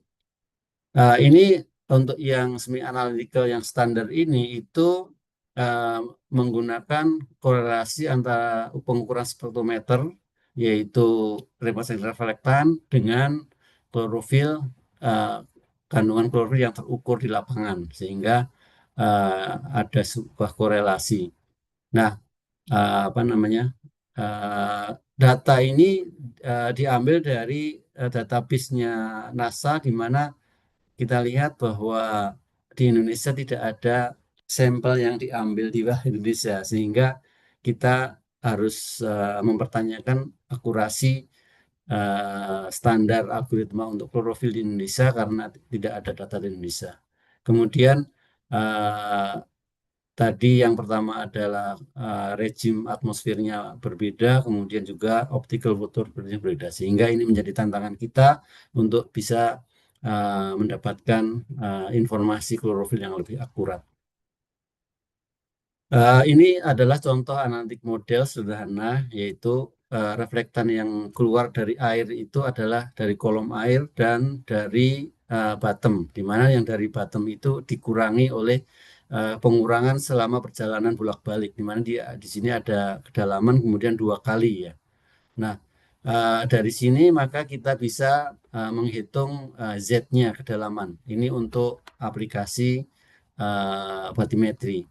Untuk remote sensing karena dia tidak ada bottom, untuk klorofil dengan asumsi tidak ada pantulan dari bottom, maka remote sensing reflektannya itu adalah setara dengan sebuah konstanta, kemudian kali backscatter pada panjang lambda tertentu dibagi absorpsi, koefisien absorpsi ditambah backscatter. Nah, atau yang bisa dikatakan KD gitu ya, KD itu ada di sini. Atau absorpsi sendiri itu adalah absorpsi yang dari air, dari apa namanya fitoplankton, kemudian partikel yang non alga dari sidom. Backschatternya adalah water sama itu, sehingga kalau kita balik inverse maka kita bisa mendapatkan klorofil ya. Klorofil itu dari ini, kemudian ini diperoleh dari sini, kemudian A-nya itu diperoleh dari penurunan ini. Ini bayangan atau logical thinking bagaimana kita mengukur secara analitik. Ini adalah pengalaman saya tahun 2012. Jadi kita sebuah penelitian, kita ngambil sampel di Samudra Hindia dengan waktu Momse Cruise ya 2012. Kita ngambil sampel, kemudian kita saring, kemudian filternya kita simpan, kita analisis di lab, dan kita mendapatkan matchup antara data lapangan dengan data satelit, di mana ini adalah hasil terbaik. Hasil terbaik untuk data yang dari NASA ya, data dari NASA, karena dengan data dari NASA kita lebih banyak mendapatkan jumlah datanya. Jadi kalau dari sini ini korelasinya cukup bagus, dia hanya ada sedikit overestimasi setelah dilakukan koreksi. Jadi pengukuran klorofil di lapangan itu menggunakan 3 metode, APLC, spektrometer, fluorometer, di mana yang paling berkorelasi dengan remote sensing itu adalah sebenarnya fluorometer, sehingga perlu ada koreksi antara dari spektrometrik ke apa namanya fluorometer. Ini saya lakukan pada algoritma yang berbeda. Ini standar, kemudian ada GSM, ada GIOP. Kemudian kita juga melakukan coba dengan koreksi atmosfer yang berbeda dan menghasilkan matchup dengan hasil yang berbeda. Ini apa namanya hasil totalnya, di mana kalau kita menggunakan datanya 8, jadi ada 2 ya, data level 0-nya 8 kita peroleh dari pare-pare, kemudian diolah menggunakan SIDAS sampai level 2, atau kita menggunakan data level 2-nya NASA langsung gitu. Nah, kelebihannya data NASA, datanya banyak, sehingga kita dapat N atau jumlah data yang lebih banyak dibanding dengan datanya 8, karena 8 waktu itu dapatnya hanya sedikit gitu. Ini adalah aplikasi yang digunakan dari data ocean color, di mana saya tidak akan detail ke sini karena sudah mungkin yang lain yang bisa menjelaskan hal ini, dan saya tidak berpanjang lebar di sini, yaitu sekarang ini digunakan untuk fishing ground estimation oleh Mas Teguh dan kawan-kawan. Kemudian ada alga monitoring dan eutrophication ini oleh Pak Sam dan di luar PRG ya. Kemudian ada upwelling detection dan banyak digunakan untuk El Nino related studies, untuk analisis efek dari iklim, kemudian untuk actual site selection. Ini saya mendapatkan hasil dari sebuah presentasi di mana kita melakukan workshop on ocean color data breakdown to support submarine coastal development, di mana salah satu pembicara Profesor Johnson dari PP melaporkan bahwa terjadi perbedaan yang cukup signifikan antara data satelit dengan data lapangan, terutama di non-open ocean, termasuk Jawa Sea. Jadi cukup tinggi sehingga beliau mengatakan bahwa ini hanya bisa digunakan untuk open ocean seperti di selatan Jawa gitu.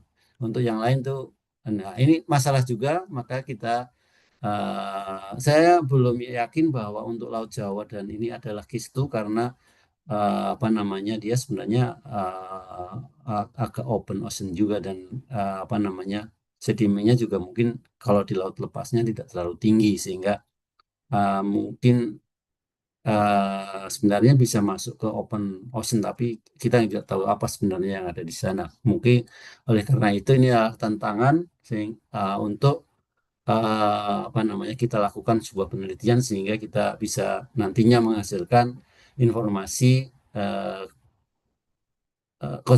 konsentrasi klorofil dengan akurasi yang tinggi. Dan kemarin waktu di ISOI saya waktu satu sesi dengan Pak Direktur Pengelola Kapal Badan Riset, itu ada site cruise yang ada di antara Selat Malaka sampai Laut Jawa. Nah, ini sangat bagus sekali untuk case 2 ya. Suspected case 2 area gitu. Sementara program yang lain itu ada di open ocean gitu. Jadi mungkin teman-teman PRGI yang berminat untuk, atau mungkin dari luar yang berminat untuk melakukan penelitian dengan mengambil data, memanfaatkan programnya BRIN, ekspedisi, atau hari layar, itu bisa mengusulkan proposal tersebut. Ini kesimpulan dari saya. Dasar teori ini sangat diperlukan dipelajari untuk meningkatkan akurasi dari estimasi yang kita lakukan. Kemudian perlu dilakukan estimasi studi untuk akurasi yang ada di Indonesia. Nah, di situ termasuk diinvestigasi dua hal, yaitu atmospheric correction-nya dan in-water algorithm-nya. Nah, untuk atmospheric correction itu kita harus mengukur remote sensing reflectan di mana menggunakan Trios Ramses, dan Trios Ramses kita itu sekarang dalam kondisi rusak gitu ya, dan belum dikalibrasi. Jadi mungkin kalau kita ingin melakukan penelitian itu, maka peralatan itu juga sangat dibutuhkan gitu. Kemudian untuk open ocean seperti di selatan Jawa itu masih mungkin untuk dimudahkan, walaupun dari hasil tadi saya itu ada sedikit overestimasi. Demikian yang bisa saya sampaikan. Terima kasih. Assalamualaikum warahmatullahi wabarakatuh.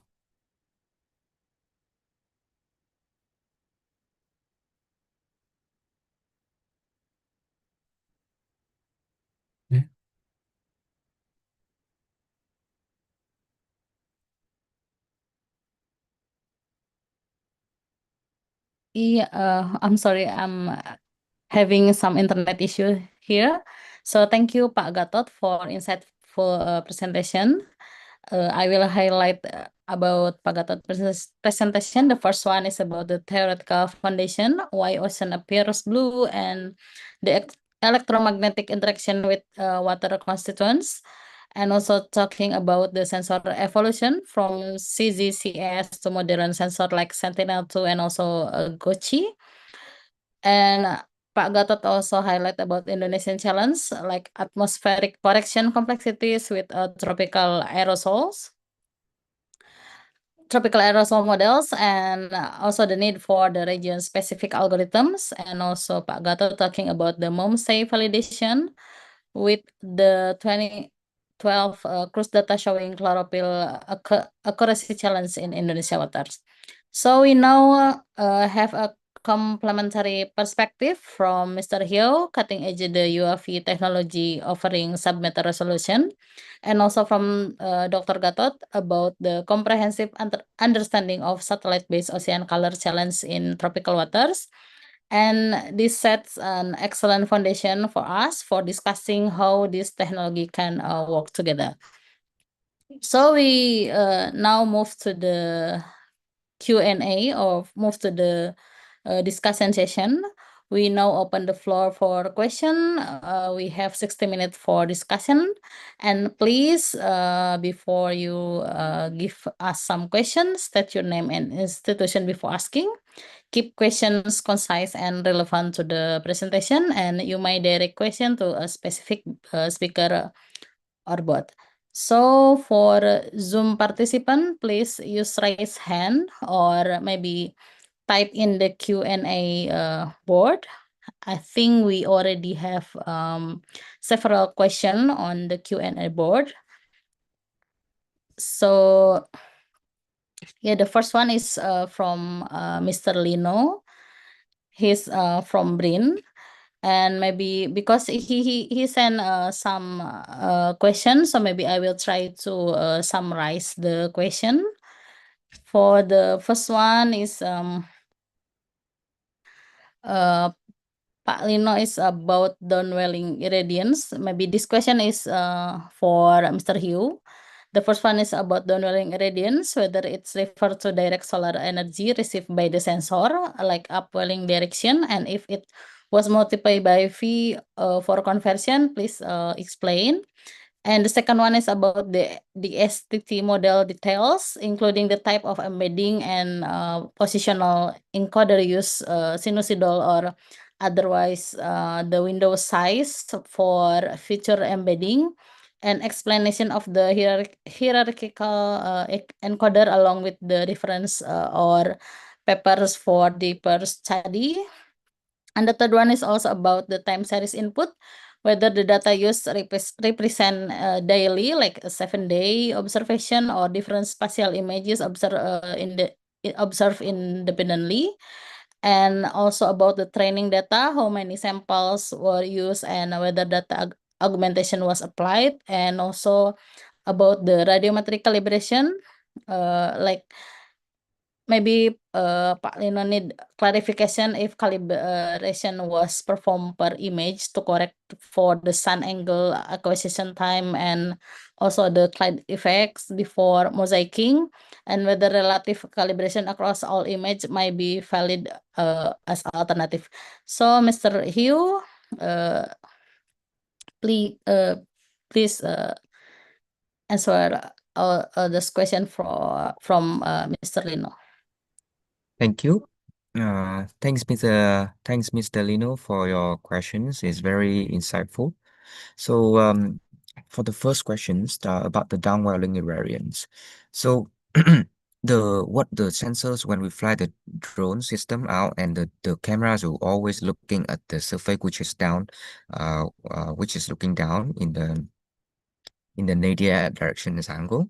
Therefore, the radiance that the signal that is received will be the upwelling reflectance upwelling radiance from the surface, and that radiance is reflected from the sun angle. For example, if the hyperspectral, the multispectral camera, the incident radiance will be the sunlight.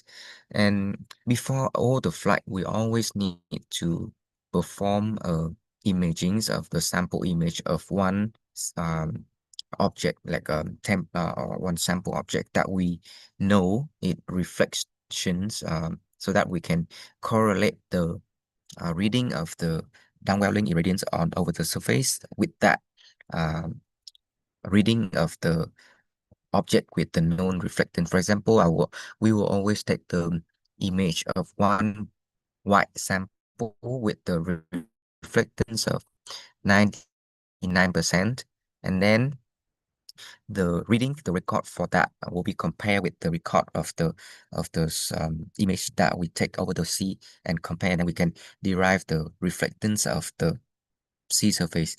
However, like when the drone is flying, and if the light intensity change over the time, then the recording is the digital number. It's not a percentage, and we need to calculate the percentage reflected from the digital number, the recording. Then the digital number is just the related to the amount of radiations that the sensor will receive based on the sensor. So therefore, if the light intensity changes during the flight, for example, the cloud moving in the area to cover part of the area, and the sky become darker and so on, then the upwelling upwelling radiance from the sea surface will also be affected, and that will be that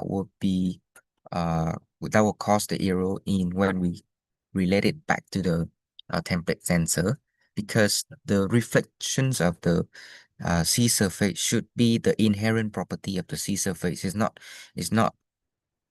should not be controlled by the amount of the radiant. For example, if the sunlight is the intensity of 10 out of 10, then it's reflecting the reflection is 30%, then it should the third 10 the third amount of the 10 sun radiation should be reflected in the sensor.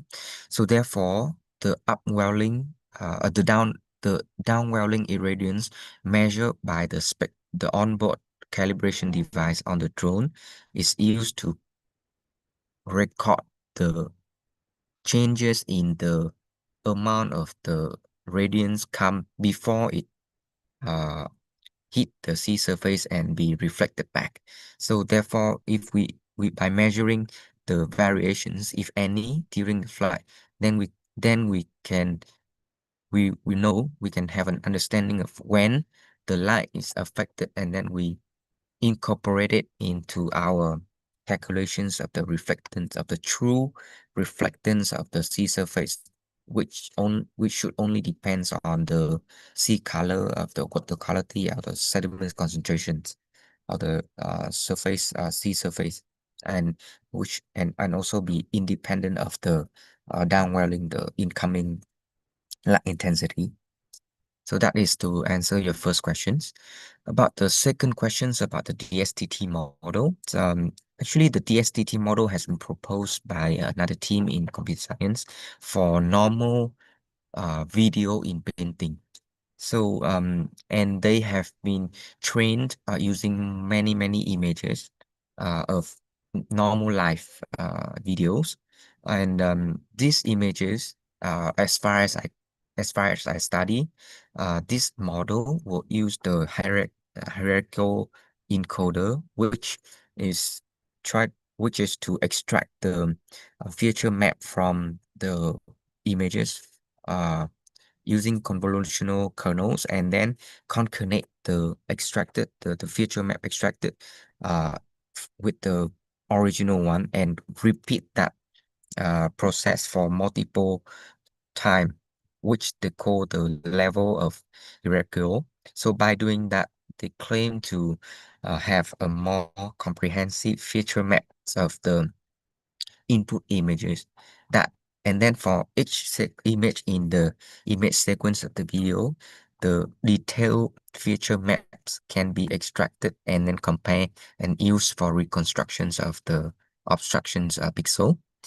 In this study, we are trying to tackle the obstructions of the vessel instead of the cloud. But I think in that the situations can be similar for satellite images with cloud cover. However, the reconstructions of the ocean water color from the sequence of images, for example, the drone is flying over one flight line and taking multiple images every, for example, 1 second, then that the sequence of the images can be considered as a sort of video, and therefore the DSTT was selected for this purpose. So now in this study, this is a very preliminary study for us to very first step to address the obstructions caused by vessel and marine object in Singapore coastal water, which is quite a niche situation. So therefore in this study, this very first study, we pick up the pre-trained model from the literature, so from the work that is also open source in GitHub repository, and apply it for our data set to quantify how the pre-trained model performs for our specific applications. So we have not done the training with our own image, which we are doing at the moment, but it's in another work. But for this model, since we use the pre-trained model, the window embedding is simply the window, the image size of the image that has been used for input for the training of the model, and therefore we need to resize and crop the images to fit the size of the input images for the DSTT model. You can find more details in my published paper that is also shown in the slides for the cropping and resizing of both the DSTT and the DIP model. So I think those are for the two questions for the DSTT model. So the data samples, like I said, we are using the pre-trained model from the literature, from the paper, which has been trained from numerous data of normal life video, and we apply it for our limited data set of the drone flight that has the obstructions. Actually, when we fly in the drone in our Singapore coastal water, we try to avoid the vessels and marine object, because we focus on the water car. We focus on the turbidity of the water. So when we conduct the flight, we already try to avoid that such scenario. But sometimes when the drone is flying and the vessel entering the area, then those situations are unavoidable. But we are not purposely targeting the area with the vessel. So therefore, the number of the data set is not much when we started with the work of removing the obstructions, and therefore more data on the ocean color with obstruction from the vessel is needed, which we have been collecting over the last year and proceeding with our current training of the model to improve the accuracy. The last questions about the radiometric calibrations. So yes, so I think this is due to the time of the sun angle in the time of the acquisitions, since our drone flight is only about 15 to 20 minutes per flight. So the change of the sun angle during this duration can be considered negligible. The performance, the radiometric correction is mostly because of the cloud, and that will where the significant changes in the light intensity happens. So yes, we do the correction for the radiometric correction for the image one by one, and then we mosaic the radiometric corrected image into one mosaic image together. So if you are thinking about using relative calibrations over all images, then I think that will require another input, which is the average light intensity. That means if you are trying to if you're doing for over all the images, then that means you are assuming that the light intensity won't change. But the thing is, if you have that then which will cause some accurate, some compromisations in the accuracy, because what we do is the spectrometer that recording the downwelling light, the incident irradiance which will record the incoming light intensity every at the same interval with the images, so that we have enough information to do the variometric corrections. But if we are doing overall images, different time images, then the assumption is made is that we assume that the light intensity won't change. So that will cause some compromisations in the accuracy of the images, I would say. Yeah, okay. Thank you, Mr. Hugh, for the comprehensive answer. So let's move to another question for Pak Gatot. This is come from Pak Dede Dirgahayu from BRIN. Is there any reference for water quality, or adakah referensi panduan variasi warna laut atau ocean color dengan kondisi kualitas lautnya, Pak? Dan misalnya apakah ada referensi untuk melihat tingkat pencemaran dari ocean color, terus kemudian tingkat kesehatan dan juga produktivitas perairannya untuk nanti terkait dengan zona penangkapan ikan atau related with the fishing zone. Waktu dan tempat dipersilahkan Pak Gatot. Terima kasih kesempatannya untuk menjawab pertanyaan. Panduan atau referensi banyak, tetapi bukan khusus untuk perairan Indonesia. Nah, ini ada beberapa yang harus saya klarifikasi. Yang pertama, warna laut itu adalah istilah ya. Jadi dari citra itu bukan kita mendapatkan warna laut seperti warna gitu, tetapi dari satelit itu kita bisa mendapatkan klorofil, suspended sedimen, kemudian bisa transparansi, bisa kekeruhan, ada POC, partikel organik karbon, itu juga ada beberapa. Kemudian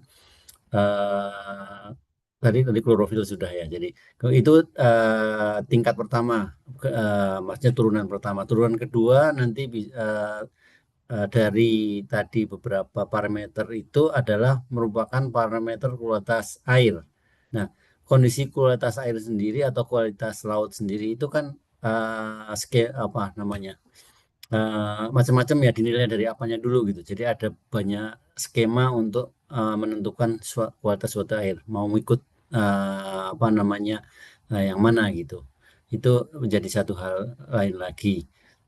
Mungkin dari klorofilnya, oh ya itu bagus karena dia produktif. Tapi pada kejadian tertentu alga bloom ini tinggi, tetapi sebenarnya dia adalah jelek gitu ya. Jadi ini masih perlu diklarifikasi kualitas laut yang seperti apa. Tingkat pencemaran, ini pencemarannya apa dulu gitu ya. Kalau yang bisa itu adalah efek dari pencemaran akibat tingginya bahan organik atau nutrien. Nah, yang menimbulkan tadi alga bloom tadi. Nah, itu terkait dengan pencemaran. Tapi kalau pencemaran minyak sepertinya bukan bagian dari ocean color ini ya. Nah, untuk produktivitas laut atau primer productivity atau produktivitas primer, itu yang dimaksud di sini adalah laju fotosintetis, jumlah karbon yang diserap oleh fotosintetis itu bisa diturunkan dari data satelit menggunakan dua parameter, yaitu klorofil dengan SST, di mana ada satu peneliti yang saya lupa namanya ya, saya pernah ketemu soalnya, yang membangun algoritma ini. Sebentar, saya lupa. Nah, dan kemudian lanjutkan oleh profesor saya dulu waktu di Jepang untuk mendapatkan algoritma primary production yang lebih akurat. Nah, untuk ZPPI itu juga sebenarnya turunan kedua, yang turunan dari suhu itu bisa dengan ring suhu tertentu. Jadi ikan itu dia akan suka pada ring suhu tertentu, atau bisa kita cari frontnya. Front adalah pertemuan dua massa air yang sangat berbeda, di mana di situ juga berpotensi adanya ikan. Atau juga pada daerah yang klorofilnya tinggi, yaitu kalau ada klorofil tinggi itu fitoplanktonnya banyak, sehingga fitoplankton itu adalah makanan zooplankton. Nah, zooplankton itu adalah makan ikan, sehingga ikan akan berkumpul. Tetapi antara upwelling atau alga klorofil yang tinggi itu dengan adanya ikan itu biasanya ada delay. Jadi tidak saat dia tinggi kemudian tiba-tiba ada ikan, tapi ada waktu tertentu sampai ikan berkumpul gitu. Demikian yang bisa saya jelaskan. Terima kasih. Ya, thank you Pak Gatot untuk jawaban yang sangat komprehensif. Kemudian we have several question from the Q&A board. We have a question from Pak Arif Rahman, Pak Brian, dan juga Bu Mariani. Let me summarize for Mr. Hugh.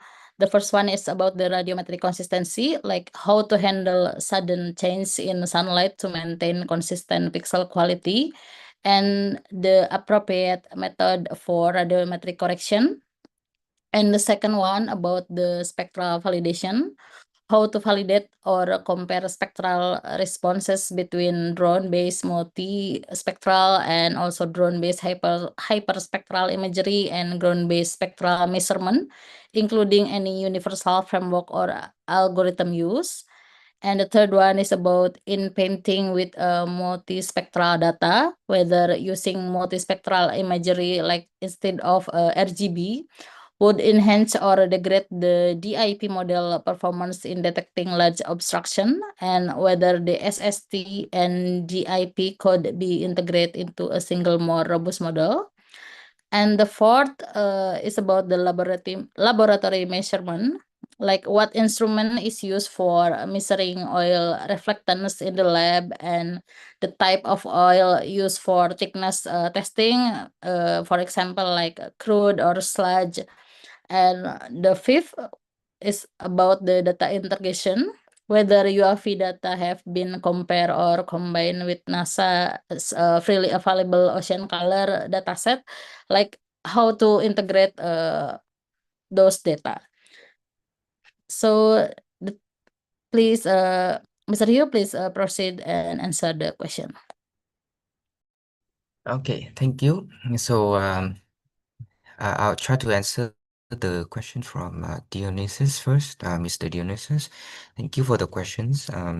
Your first questions, I think I have somehow addressed it in the last answer. So about the radiometric corrections, the spectrometer on board the drone will continuously record the light intensity every time interval. So by comparing the light intensity from one interval to the next one, we can determine how much the incoming light intensity change over the course of the short amounts, and relate back the percentage of changes into the and use the amount of the corrected changes into the the corrections of the pixel informations for the reflectance. The second questions about the validations or comparison of the spectral response from the drone sensor with the ground or on-field spectral measurements. I think this is a very interesting questions that we will need to take a look on. So far, when we conduct our exercise and do our work, we try to deploy the drones and the drone, or we have one team deploy the drone sensor to collect the imagery data, and we have another team that will be going on the boat, but to take the true measurements of the data, the in situ measurements of the turbidity, sediment concentrations, or water quality that we are focusing on. But and then we validate our model by comparing the predictions of the drone images with the measurement of the sediment concentrations and the water turbidity. So we have not used any method to collect the spectral informations on site or ground truth informations, which is another aspect of validation that can be helpful and strengthen our method. Yeah, this will be considered in our exercise or in our future exercise. All right, so for the in-painting method with the RGB images, the multispectral or band image improve the performance of I think for these questions, this is very open method. Like I mentioned, for our first exercise is to basically it's an ad hoc testing of picking up the in-painting model to solve our problem of having vessel inside the drone imagery data that we are facing, which sometimes can be very severe because the vessel is the main target that causing the turbidity in the water, and sometimes the drone has to wait for the vessel to like pass by, and then we can detect a turbid area to fly the drone there and get the images. So therefore the exercise is very at the very first stage. And yes, we have already and we have done this by using the pre-trained DSTT model, like I mentioned, and because we're using the pre-train, it is limited to RGB image, like videos of the normal live with the 3 channels. So it has not been trained for use with multispectral images. So that's why the training with the image with the DSTT model with our multispectral images is ongoing. We are currently adapting the training of the DSTT model with the multispectral image in our current work, in our ongoing work already. So we are still in the assessment. We are still in the assessment stage, but I can disclose that the use of the more details of the multispectral image improve the quality of the output of the model for turbidity predictions. I mean, not in terms of reconstructing the obstructed signal. Like for example, if we have a very large signal like I showed in a slides, and is the model is I was unable to reconstruct it, then the result is still poor because it's completely missing the ocean color. But for the small object value and that the model can be related with between the images to reconstruct, then the pixel information then we use to estimate the turbidity, then the accuracy of the turbidity is improved. So that is how the multispectral data can be more can give more detail and to improve the performance of the model. Okay. The next questions is about the instrument for measurement reflectance of oil in a laboratory. Yeah, for this work, we use the marine fuel oil. That is like that we get from a fuel tank typically found in marine fuel tank in Singapore, and the instrument that we use is a hyperspectral camera. That's why you see a very continuous curve, a different thickness corresponding to different color in the slide. So the data that we use for the measurements of the oil thickness in the laboratory is the hyperspectral camera, and the light source is the halogen light. But but we also conduct the experiment for the outdoor conditions, and we use the data of the hyperspectral data from both lab conditions and outdoor condition to train the thickness estimation model and get the result as I presented. And the last questions from Eric is about the nicer ocean color data combinations with UAV data. I think this is a very interesting directions. So far, we have been working with the satellite and simultaneously, and what we have been thinking is to how to fuse these two types of platform into so that we can utilize the advantage of each one. For example, for the drone is high resolutions, and for the satellite is wide coverage. And we also have been working on the super resolutions of the satellite images than using the drone images. However, the current level we are looking at is much higher compared to the current practice in the literatures.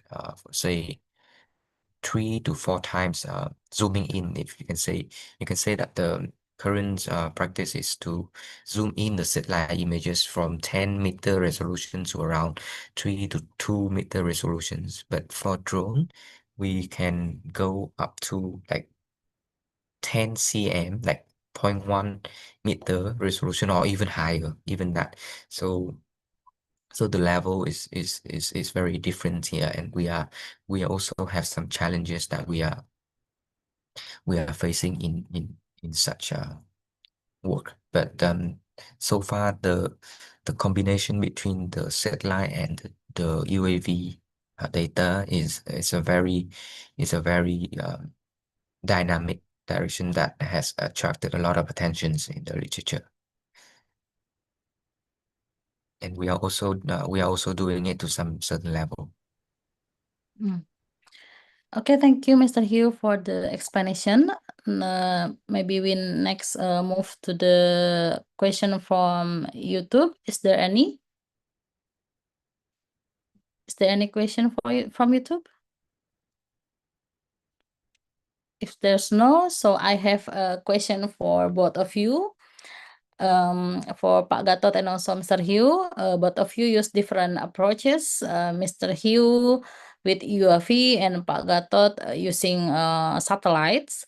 And how can these two methods become, or how can these two methods be combined to improve chlorophyll validation, or maybe oil spill monitoring, and how to handle the atmospheric challenge in tropical waters like Indonesia, and how link UAV high detail in the wider satellite coverage across Indonesia. Thank you. Please proceed. Who will answer? Maybe Pak Gatot first. Silakan. Okay. Thank you. Actually, there is no difference between in the theory in the basic model between UAV and the satellite, but the problem is in the sensor which is used to acquisition the data. So I think UAV is better when the sensor using like hyperspectral, and we should note that the which part of the spectrum in the hyperspectral data will be used. So if we use the hyperspectral in the visible region, and maybe some sphere and near to atmospheric. So I think UAV will better get the accuracy because there is very thin band, I mean high resolution in the spectral. So all of the theory or concept in the ocean color in common radiative transfer model in seawater can be used for the UAV sensor if the spectral is in the ocean color region needed. That's my answer. Thank you. Yeah, thank you, Pak Gatot. So please, Mr. Hugh, to answer the question. Yes, I think I agree with Dr. Gatot about the advantage of different platforms, and we also I want to elaborate a little bit further in terms of the two platform. Like I said before, the two platform has their unique advantages. So therefore, if we can combine the advantages together to explore the capabilities of to broaden the capabilities of ocean remote sensing, that would be the dream for our specialists, and it will open up like huge horizons of applications for basically everything related to ocean color remote sensing, oil spill, turbidity, chlorophyll, and even the sea surface dynamic and wave and current monitoring. So, but yes, but it is true that that different platform that have different limitations. For example, the drone, the satellites images, you cannot have the satellite image too frequently, and therefore for example, for monitoring the transient changes of sediment or chlorophyll during daily from morning to the afternoon, then most of the time you only have, if you're lucky, you only have one image, satellite image already. However, for drone, you can deploy the drone at different time of the day. You fly out the drones, go back, change the battery, and fly again. Then you can have like the image of the drone fly every like an hour or less. I would say, provided you have enough battery. But yeah, so I think the multi-temporal and of the drones images can significantly aid the image of the satellite to so that we can develop some fusion model to relate the drone's image to generate the high details informations from satellite image data that is trained with the complementations of the drone data. So that is the most attractive directions, and that have attracted a lot of people working on that. But however, beside the advancement in the data processing method or data fusion method, but it is also worthy to consider for just the image processing or data processing is to some level is still limited by the advancement of the computational or computer science capability. But for real deployment with the real situations and utilizations with the site-specific cases and scenario, then the considerations of the platform to choose to and how to pick up the platform, to consider the platform with some kind of framework is also important. For example, if, like I said, if we need to cover the seasonal, like historical changes of one broad area, then definitely the UAV image is not is not suitable for this purpose because it will require a lot of data gathering, while the satellite image data is we can go to a lot of open source database of satellite image that contain the historical data, and that is very useful for analyzing the historical or like long-term changes of ocean color or ocean features. So we can to summarize, we can work on both technical advancement on and implementational advancement to maximize to optimize the capability of both platforms. Okay, thank you, Mr. Hugh, for the insightful answer. So, is there any question from YouTube or from the Q&A board? If no, so we move to the final session. As we conclude today's discussion, we've explored ocean color science from both technological innovation using UAV and also fundamental theoretical perspective. Then let me summarize.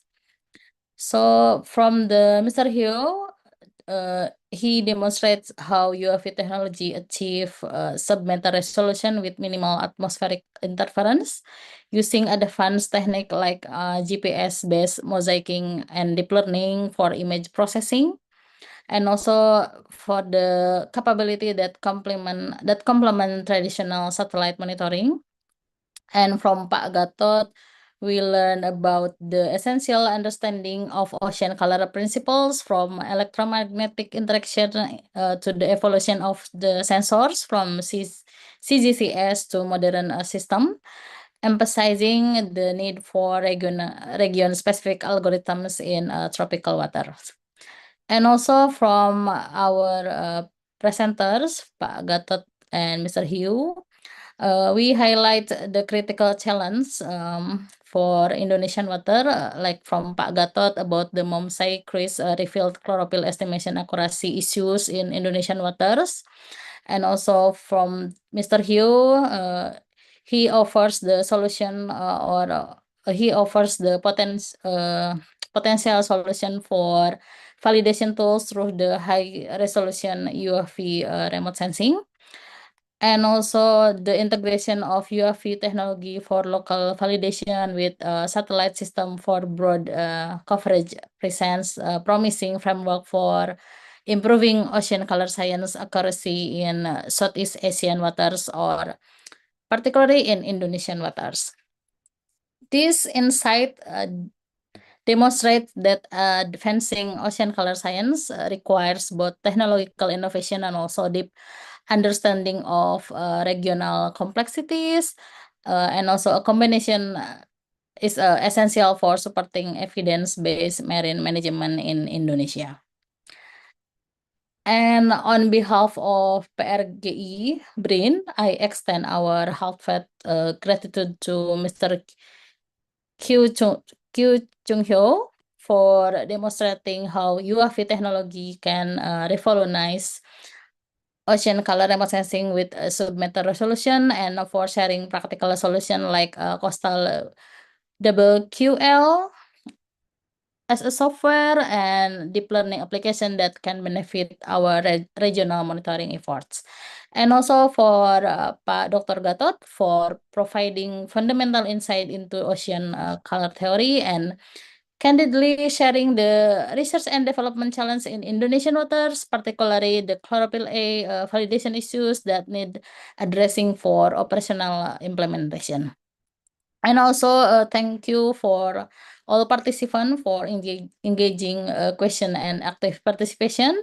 Your contribution have enriched our understanding of how cutting-edge technology and regional expertise must work together to advance ocean color science for Indonesian marine environment. And also please watch for the announcement about the BRIGHT 2025 Series 10, continuing our mission to advance geoinformatics across Indonesia. And as a researcher at PRGI or Pusat Riset Geoinformatik. I'm inspired by today's discussion and look forward to seeing how we can implement this insight in our future work. Thank you, and I now return the session to our Master of Ceremony for the closing. Thank you. Thank you, Mr. Munawar, for hosting the BRIN event today. Okay, Britizen, so that was the series of event to BRIN today. We hope that what has been conveyed by the head of the Geoinformatics Research Center, the speaker today, and everything we discuss will be beneficial and increase our collective knowledge, especially about ocean color science for utilization and decision making. Okay, Britizen, let's me close this event with pantun again. Es buah campur biji selasih, jangan diminum di pagi hari. Cukup sekian dan terima kasih. Semoga kita bisa bertemu kembali. Elok dipandang burung kenari, berkicau riang menjelang subuh. Izinkan saya pamit undur diri. Wassalamualaikum warahmatullahi wabarakatuh. We look forward to seeing you at the next webinar with other interesting topics. Thank you to Bretizen for your presence today. See you next time and bye-bye. Thank you, everyone. Thank you. Thank you.